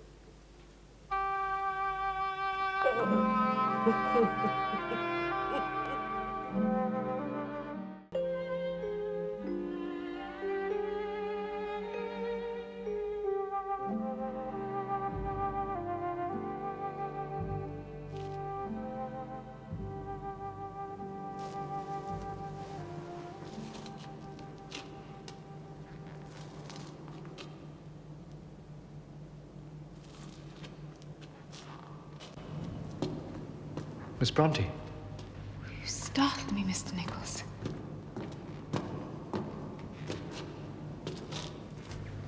How is your sister today? A little easier this morning. At least she says the pain in her side is less troublesome. Your father tells me you plan to go with her to Scarborough. She's so insistent that the sea and the air will do her good. But unless there's some improvement, I'm so afraid of taking her from home. If I might suggest, with your father's permission, I would gladly accompany you. To make the journey alone. Miss Nussey has promised to be our companion, Mr. Nichols. Anything I can do, would you think of me as a friend? It has been hard to stand by and watch you suffering. You've shown such courage, such a steady trust in Providence. And I wanted you to know that someone is painfully aware of how admirably you have gone forward. I avoid looking forward or backward. This is not the time to dread or weep. Too often I feel like one crossing an abyss on a narrow plank. A glance round might quite unnerve.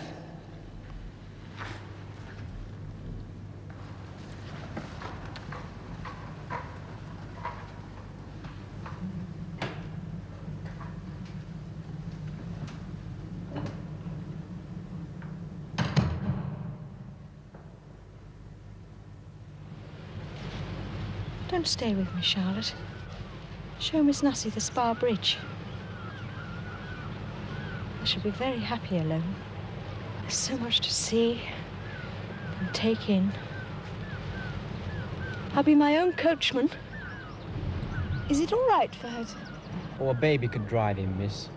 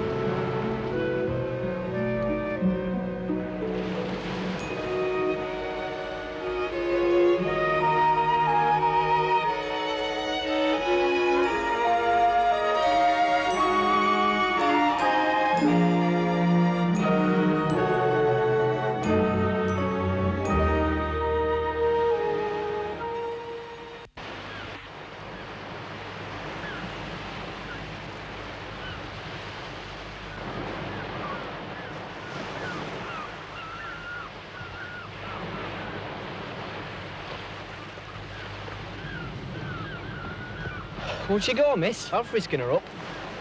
What is your name? Jack, miss. Well, Jack, next time you use the stick on her, think of it falling on your shoulders. Yes, miss.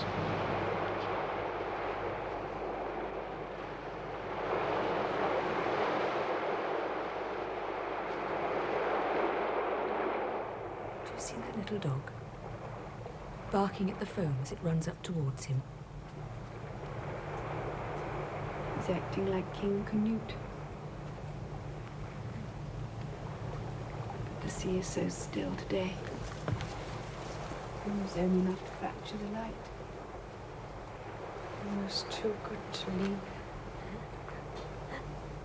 Except that there's better to come. Charlotte, would it be easier for you at home? Should we go back? Is that what you would like, dearest? No. No. Unless it makes it harder for you. I should like to die here. These 3 days have been such good ones. We have never seen such a sunset, have we? As yesterday's. It was given us as a pledge.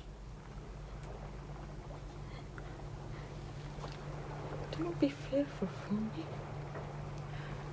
Wherever you are happiest.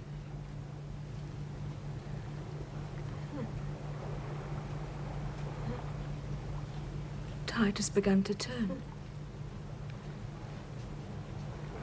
The sand has the sky in it, where the sea's gone back.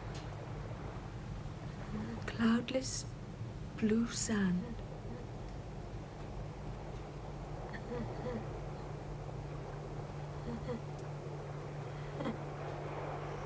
I feel a change. I've looked long enough now.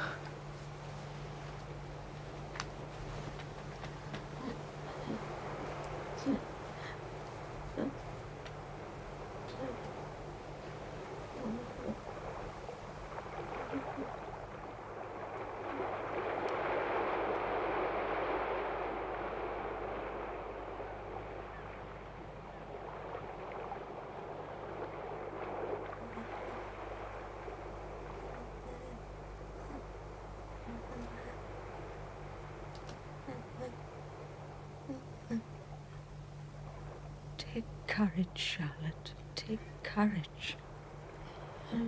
I shall try. You give it to me.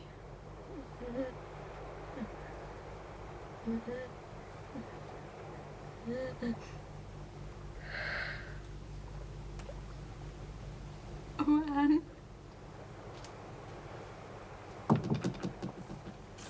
Dinner is on the table, Miss Brontë.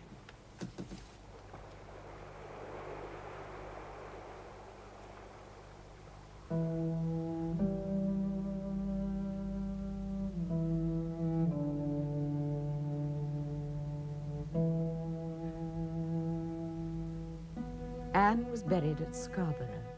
She had asked that this should be so. It was 3 weeks before Charlotte returned. I got home a little before 8 o'clock, she wrote. All was clean and bright, waiting for me. Papa and the servants were well, and all received me with an affection which should have consoled. The dogs seemed in a strange ecstasy. At former returns, they have always welcomed me warmly, but not in that strange, heart-touching way. I am certain they thought that as I was returned, my sisters were not far behind. I left Papa soon and went into the dining room. I shut the door. I tried to be glad that I was come home. I have always been glad before, except once. I felt that the house was all silent. The rooms were all empty. She went back to writing the book that for the past 6 months she had had no heart to go on with. The effort was a hard one at first, but by the end of August she was able to say, "The book is finished, thank God."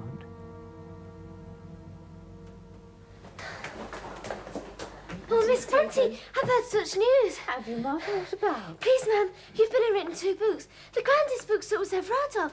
My father edited Halifax, and Mr. Grange, Mr. Thomas and Mr. Marsh at Bradford, and they're going to have a meeting at the Mechanics' Institute to settle about getting the books. Oh, hold your tongue, Martha, and go and do the study before Mr. Brontë gets back from his walk. Please, ma'am, my father says now he understands why so many strangers came to church on Sunday. People are making great fools of themselves. Now, Martha, did you hear what I asked you to do? Yes.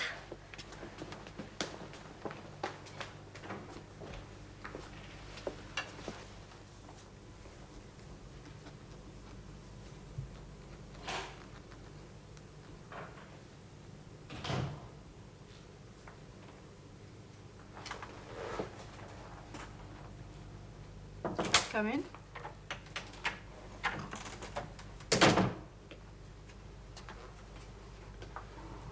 Mr. Nichols, is something wrong? It may be wrong to speak, to say what I can no longer withhold from you, Miss Brontë. I had to make up my mind because what I have been suffering month after month has become impossible to endure. For more than a year, I have loved you. Deeply, deeply, Miss Brontë. I've tried to subdue my feelings. I've desperately tried and desperately failed. I felt if I did not speak to you, I should go mad. Is it possible for you to give me some hope? Have I angered you? You have not. No, you have not, Mr. Nichols. I can see. I know what it has cost you to speak, and I feel scarcely deserving unhappy to be the cause of so much distress, and I cannot help but be touched to the quick. But, Mr. Nichols, we are both far too disturbed to say any more. Please leave me. It's better that you should go. Did you speak of this to my father when you were with him? It was beyond my courage, Miss Brontë. Then I must. I promise you that you shall have your answer tomorrow. That's all I can say. Good night, Mr. Nichols.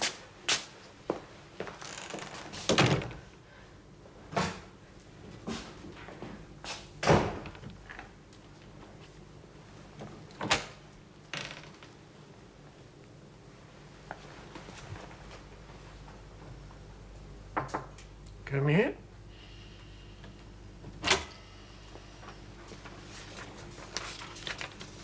Is that Nichols only just gone? Yes, Papa. What's the matter with the man? Is he sickening for something? He was in a most exasperating mood. Couldn't keep his mind on any business for 2 minutes together. He has declared himself, Papa. He has what? He has asked me to marry him. In my house? He has the temerity to cross the threshold with such impertinence in his mind? He's less of a gentleman than I thought he was. If I had a notion of what he was about, I could have saved you such embarrassment. I hope you were blunt with him. Well, I told him I would give him an answer tomorrow after I had spoken with you. But there can be no question in your mind. You could never entertain such effrontery for a moment as that mindless, self-opinionated, conceited jackanapes lost the last sense of proportion he ever had. Papa, you're being unjust. Unjust? Justice would throw him down the steps with its curate's pay in his pocket. A witless, unimaginative, ineffective, bad-mannered, tactless nobody.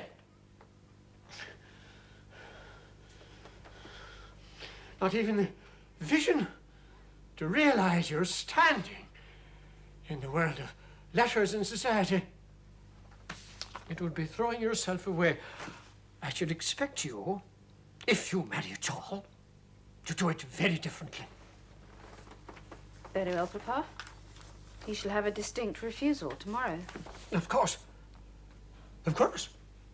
There can be no question of that. You have too much good sense, my dear girl, for me to suppose anything different.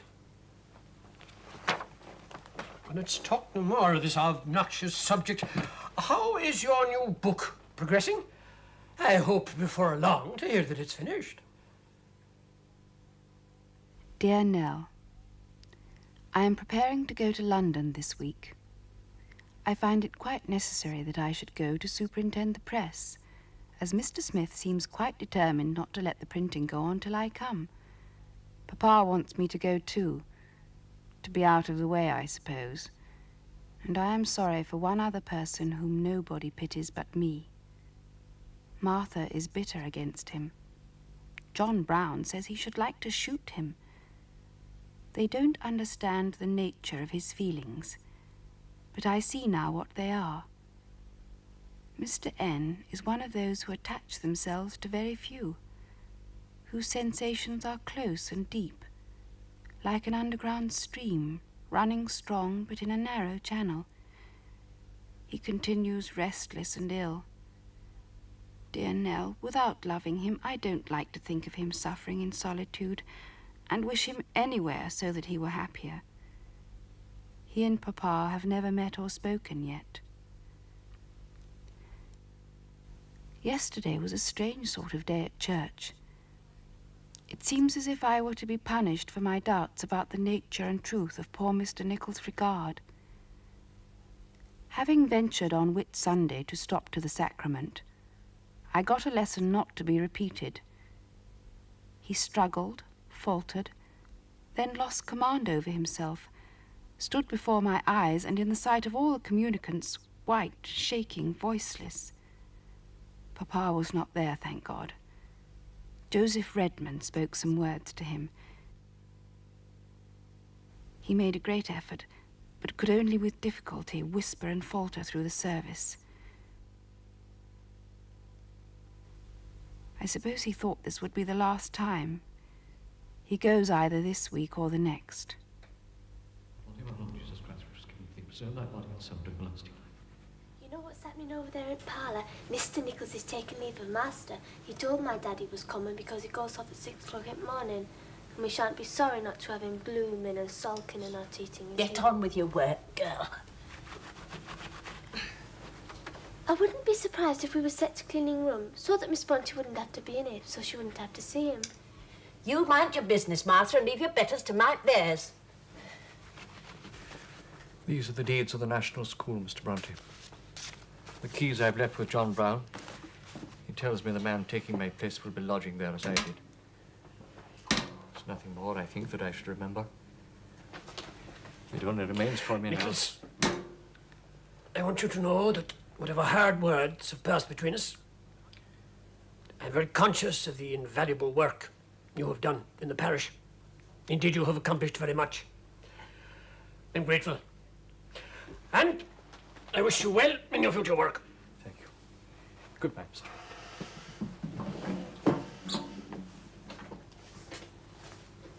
Have I your permission?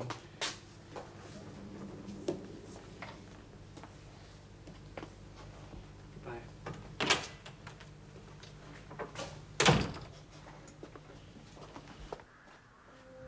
It was towards the end of that summer that I first visited the parsonage. Charlotte had written to me, "Come to Haworth as soon as you can. The heath is in bloom now. I have waited and waited for its purple signal as the forerunner of your coming." I left Keighley in a car for Haworth, 4 miles off. 4 tough, steep, scrambling miles. I turned up a narrow by-lane near the church,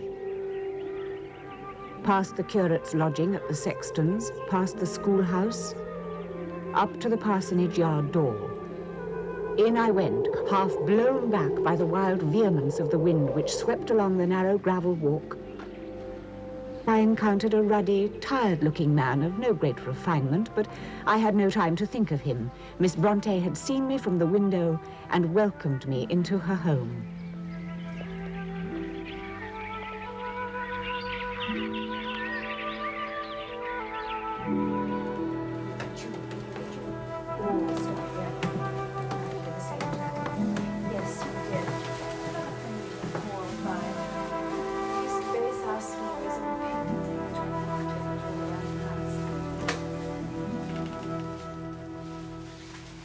My father, Mrs. Gaskell.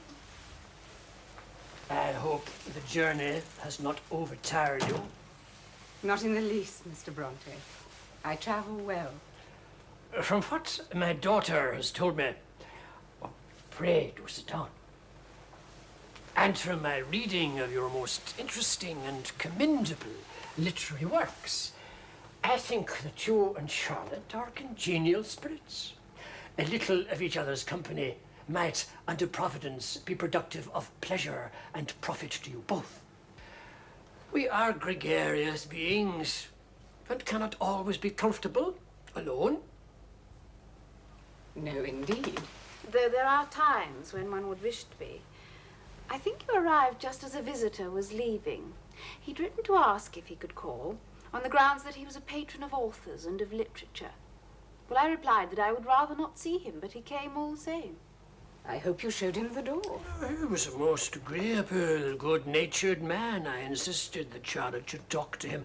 A famous person, as I think I have a right to call her, has a duty to those who would honor her. Well, I would rather be without individual patronage if it is to subject us to individual impertinence. I agree, wholeheartedly. Oh? You're a couple of proud minxes, if that isn't equally impertinent. But I am proud too, and enjoy Charlotte's fame. Have you noticed Richmond's portrait of her, Mrs. Gaskell? I have. And I like it. The expression is wonderfully good and lifelike, but I think it makes her look older than she really does. That's Tabitha's verdict too. But as she insists that the Duke of Wellington's portrait is a portrait of Papa, I'm afraid we can't allow too much weight to her opinions. I must leave you to your talk. I'm expecting Mr. de Renzi to call, Charlotte, though whether I can persuade him to rouse himself, I very much doubt. They have sent me a curate, Mrs. Gaskell, whom I can scarcely call bone idle, for I doubt if he has a bone in his body. I am in my 77th year, you know, and must depend to some degree upon a curate's help, but more often they only aggravate one's anxieties. Well, Papa, try not to let Mr. de Renzi exasperate you.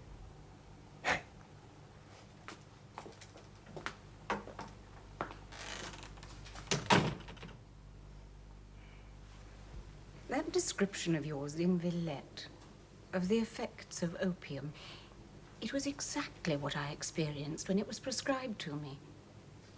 Have you ever taken it?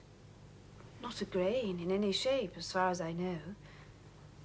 But when I have to describe anything that I haven't actually experienced, I think intently about it night after night before I fall asleep, until at last one morning I wake up with it all clear in my mind as though I'd actually had the experience. That is something I should never have enough imagination to do. It's the part of your genius that makes the smaller-minded of your critics say such foolish and hurtful things. Did I tell you about the young lady in London who introduced herself to me by saying, "You and I have both written naughty books, Miss Brontë. I hope I withered her to her soul, if she has one. But I wither myself at literary parties. At Mr. Thackeray's, I could see that they were all expecting me to be entertaining and brilliant. They prefer agility to accuracy. But I found it more congenial to talk with the governess. Until at last, in a kind of desperation, Mrs. Brookfield sat down beside me and asked me if I liked London. And what did you say? Well, I told her the truth. I said yes and no. But after that, the party never recovered, and Mr. Thackeray crept out of the house and was never seen again. I am going up to my bed now. Good night. Good night, Mr. Brontë. Good night, Papa. Don't stay up too late.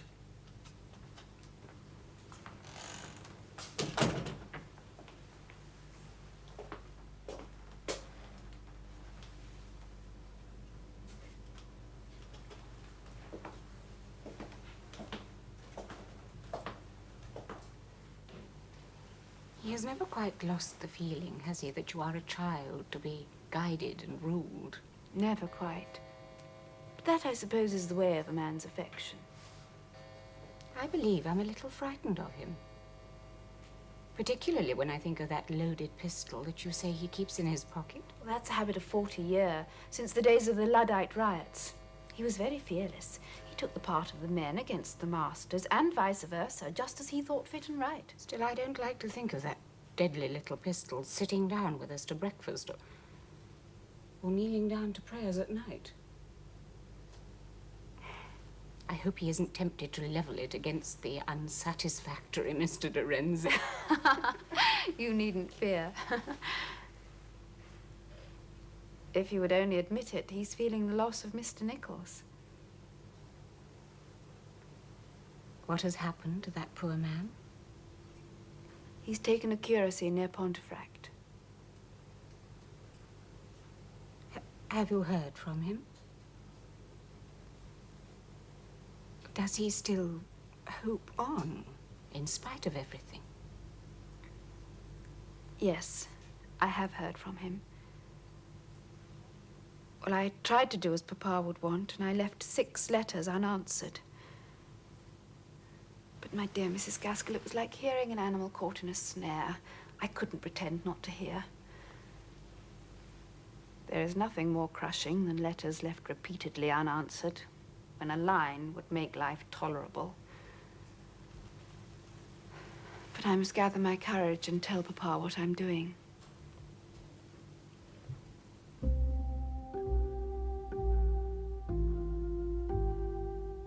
Tabby, the old servant, who is upwards of 90 now, told me that since they were little bairns, Miss Brontë and Miss Emily and Miss Anne used to put away their sewing after prayers and walk all 3, one after the other, round the table in the parlour till near 11 o'clock. Miss Emily walked as long as she could, and when she died, Miss Anne and Miss Brontë took it up.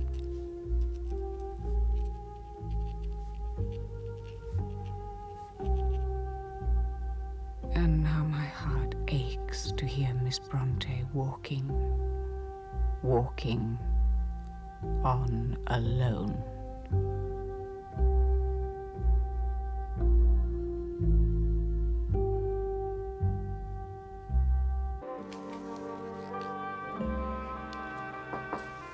In.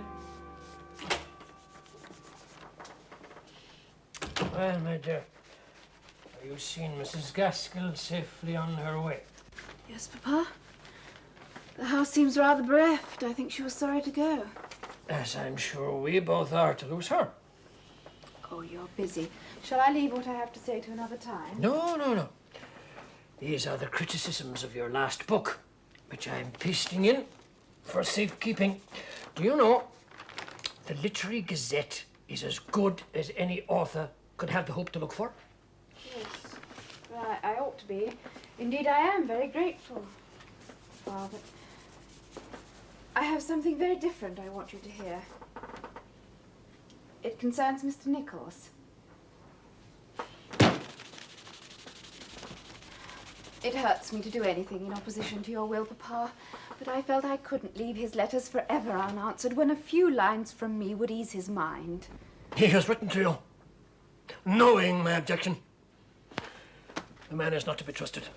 Then you must say the same of me, Papa. But sorry for him I must be, and I wish you could be too. It's very unlike you to be unjust. Only think of what a devoted right hand he was to you during the 8 years he was here. And when you compare him with Mr. de Renzi... I might as well compare him with a sleepwalker. Nichols was carrying out his duties. It does not give him the right to behave as he has. You mean to feel as he does? A man of any worth learns to keep his feelings under control. And you have replied to him. I'm sorry to hear it. Very unwise. It would only make him more persistent. It's not without cost to himself, Papa. He's been offered a very good living in the South and has rejected it.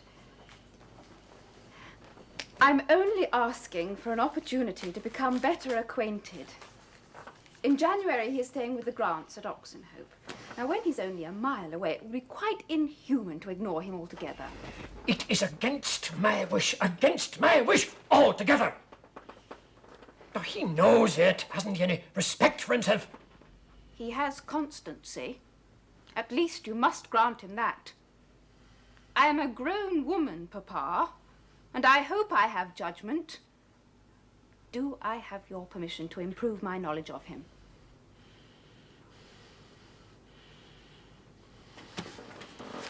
You have distressed me very much. I cannot fix my mind to pursue the matter at present.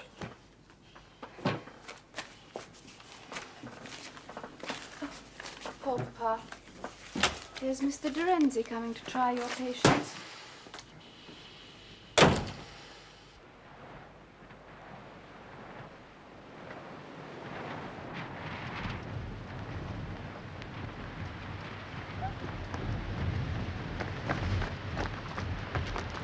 Miss Brontë, I'm afraid I've kept you waiting a little on this raw day.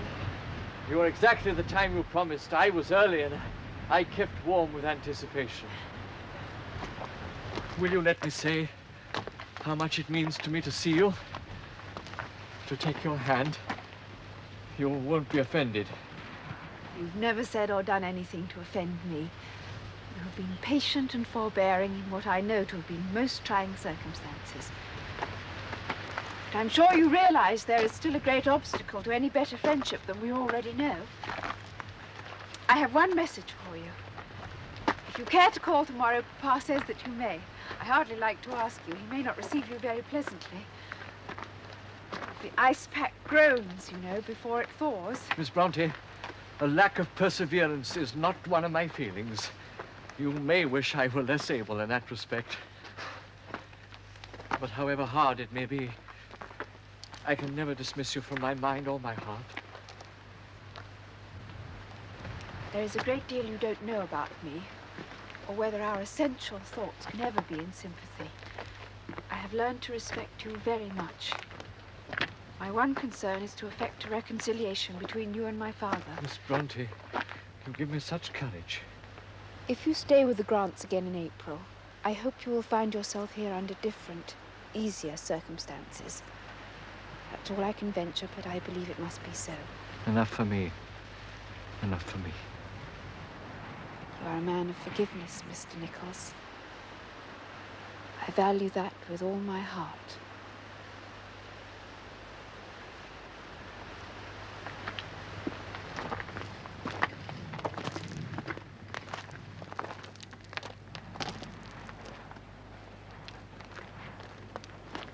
The wedding day was fixed for June the 29th. Her two friends, Miss Nussey and Miss Wooler, Charlotte's head mistress in the old days at Roe Head, arrived at Haworth Parsonage the day before, and the long summer's day was spent by Charlotte in arrangements for the morrow and for her father's comfort during her honeymoon in Ireland. By evening, all was finished, the trunk packed, the morning's breakfast arranged, the wedding dress laid out. Now to work. You're so cool and collected, my dear Charlotte. Is there nothing of any moment going to take place tomorrow? I am not. Except in determination. It wouldn't do for both the contracted parties to be sick with nerves. You know, a man is an amazing piece of mechanism when you realize the weakness in what he calls his strength. A month ago, I was thoroughly frightened by his looks. Well, he looked so wasted and strange. However, inquiry gradually relieved me. In the first place, he could give his ailment no name. It seems he was going to die or something like that. But I took heart on hearing this, which may seem paradoxical. It certainly does. But you know, my dear Nell, if a person is going to die, they don't travel a distance of some 50 miles to tell you so. So having drawn in the horns of my sympathy, I heard that he had been to a doctor who told him he had no manner of complaint whatsoever except an overexcited mind. And I soon discovered that it was my business to rate him soundly, and he went on his way singularly better. Perfectly unreasonable on some points, though, as his fallible sex are not ashamed to be, groaning over the prospects of a few more weeks' bachelorhood as though it were an age of banishment or prison. Charlotte, that's not how I should expect a bride to be speaking of her husband. You make me quite concerned for poor Mr. Nichols. Oh, well, I shouldn't feel free to laugh at his weaknesses if he hadn't my affection and respect. I haven't yet found him to lose with greater knowledge.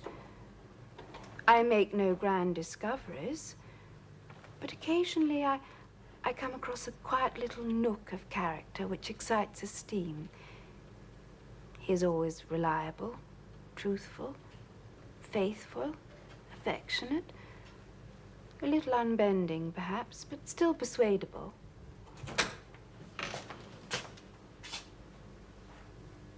Charlotte, my dear, could you spare me a moment? I have something. I want to speak to you. Excuse my taking her from you, Miss Wooler. Miss Nussey. Yes, of course, Papa.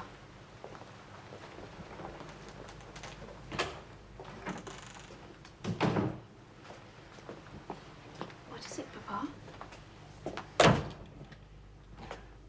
My child, you must not let it disappoint you.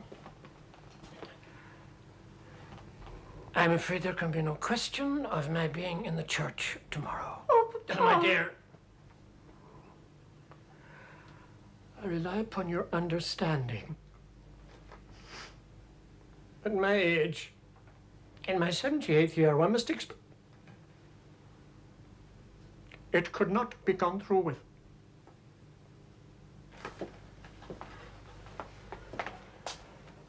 I shall be here to welcome you on your return. Let us say no more. I shall go to my bed now.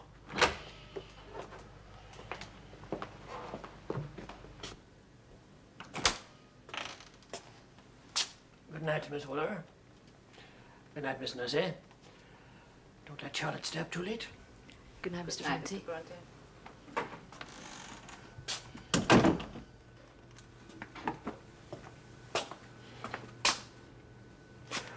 Good night, my dearest.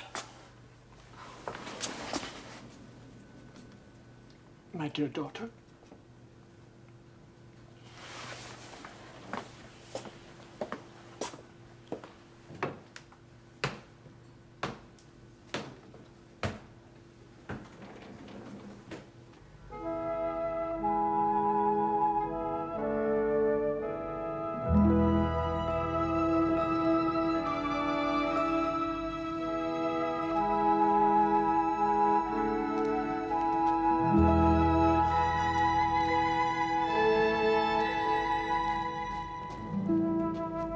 The news of the wedding had slipped abroad before the little party came out of the church, and many old and humble friends were there, seeing her look like a snowdrop, as they say.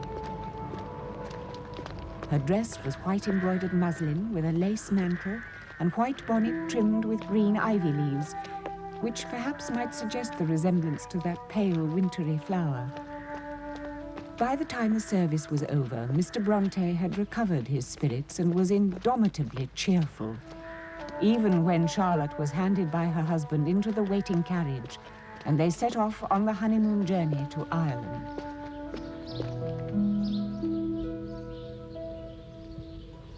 Tabitha, we have another letter from Charlotte to keep us company.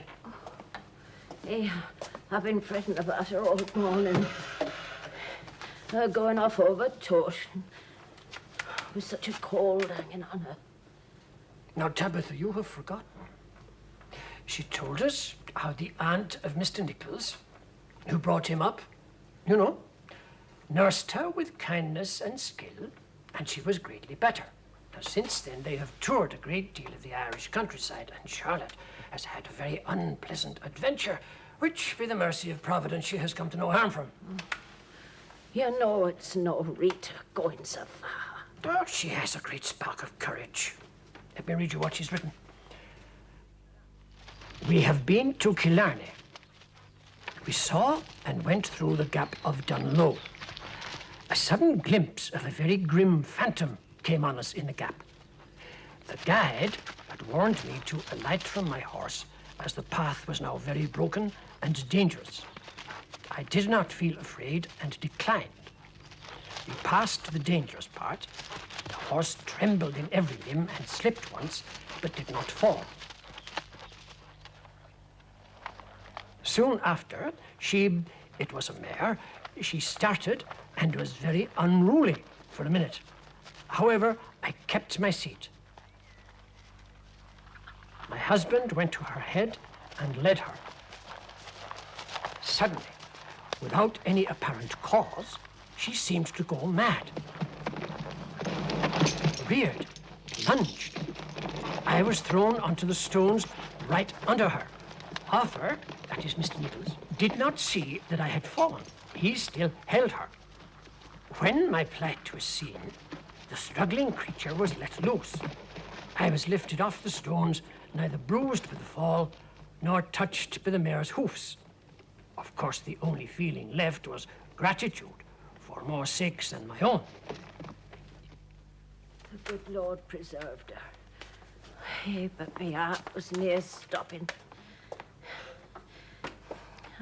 I'll not be easy in my mind till Lassie's home. We haven't many days to wait. Oh, here is a note enclosed for you, Martha. Oh, thank you, sir.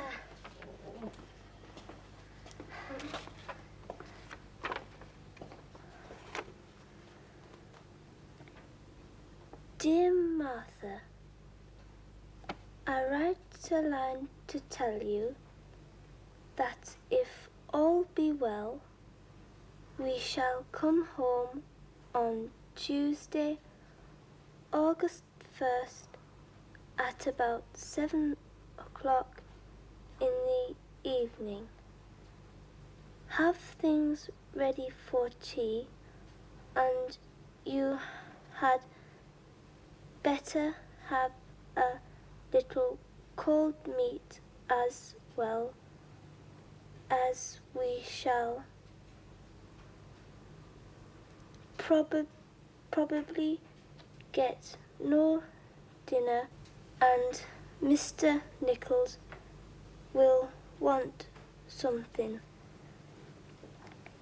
I hope you and Tabby have been and are well. I am in haste and can only bid goodbye for the present. Yours faithfully, C.B.N. Dear Nell, you would have been written to before now if I had not been very busy. Mary Taylor's brother's wife, Amelia, and the child came on Tuesday. Charlotte? Yes, dear? You did remember to ask Mrs. Brown if she'd help with the Sunday school tea? Yes, I did remember.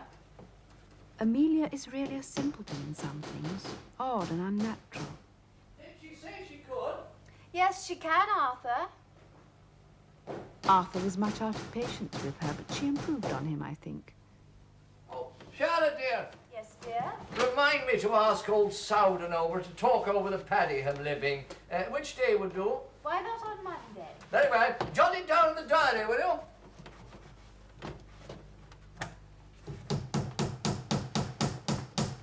The child amused Papa very much, chattering away to him very funnily. His white hair took her fancy. She announced a decided preference for it over Arthur's black hair, and coolly advised the latter to go to the barber and get his whiskers cut off. Papa says she speaks as I did when I was a child, says the same odd, unexpected things. Oh, well, that job's finished. Charlotte. Yes, dear. I forgot to tell you how cheered old Greenwood was by your visit. He looks forward to your going again. Yes, I intend to. And so Charlotte the wife returned, and the door of her home closed upon her married life. We, her loving friends, standing outside, caught occasional glimpses of brightness and gladness within, and we looked at each other and said, after a hard and long struggle, after many cares and many bitter sorrows, she is tasting happiness now. Those who saw her saw an outward change in her look, telling of inward things, and we thought and we hoped and we prophesied in our great love and reverence. What about our walk, my dearest? We'll miss the best of the morning if we don't hurry. Yes, well, I'll just scrawl it into this and tell Ellen that you're impatient. Are you being any more cautious in the way that you write? Women think only of the trustworthiness of their friends, and they forget that a letter may fall accidentally into any hand.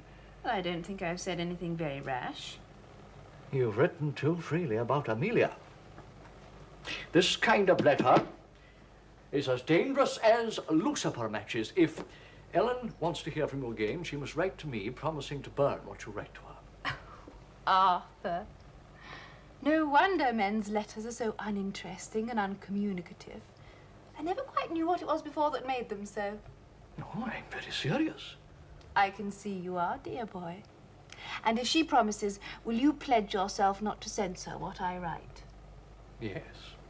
If she does, you can write to each other whatever dangerous stuff you please. Now, have done with it and put on your bonnet.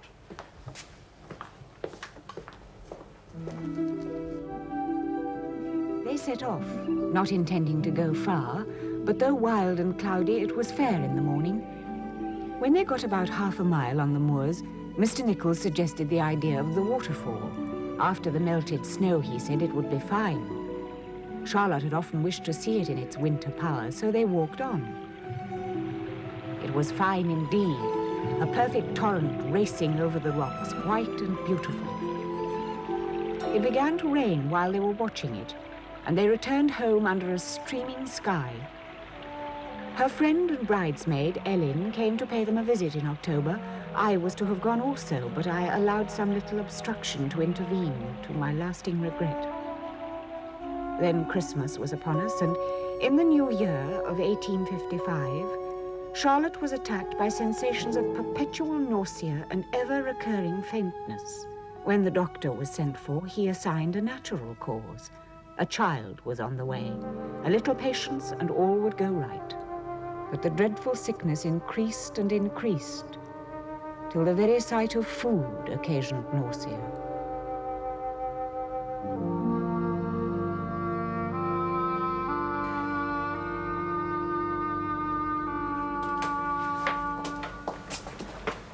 How is she, Martha? I can't bear to see her, sir. She looks like a tiny bird in that great bed. I keep trying to cheer her up, sir, with the thought of the baby that's coming. She says she'll be glad sometime, but now she's so tired and weary.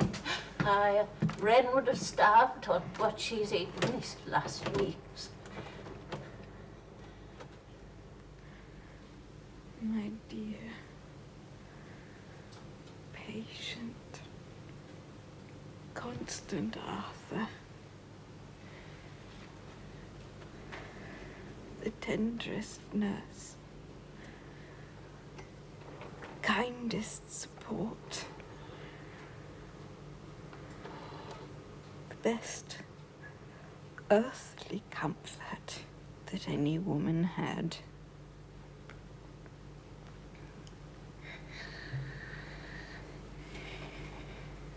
Oh, merciful Father, do not ask her of me.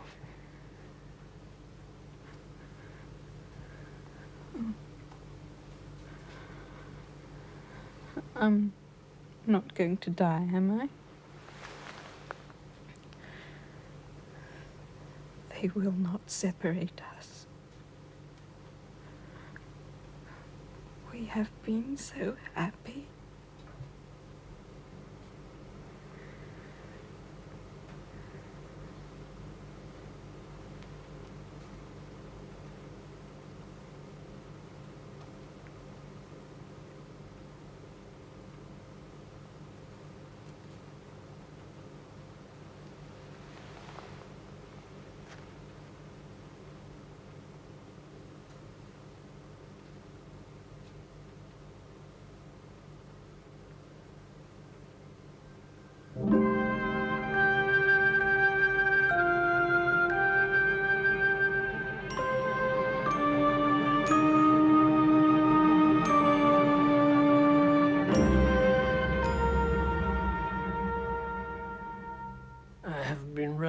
To ask Mrs. Gaskell to write about her.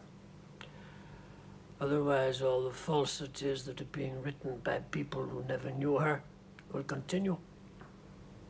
I only say it is too personal and sacred to be rendered public. Good night, sir. We cannot keep her to ourselves. She is out of our care now.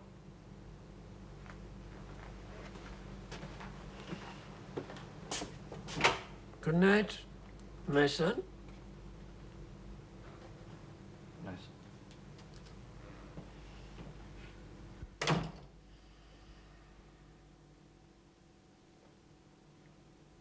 I do not deny that I am somewhat eccentric. Had I been numbered amongst the calm, sedate, concentric men of the world, I should not have been as I now am. And I should, in all probability, never have had such children as mine have been.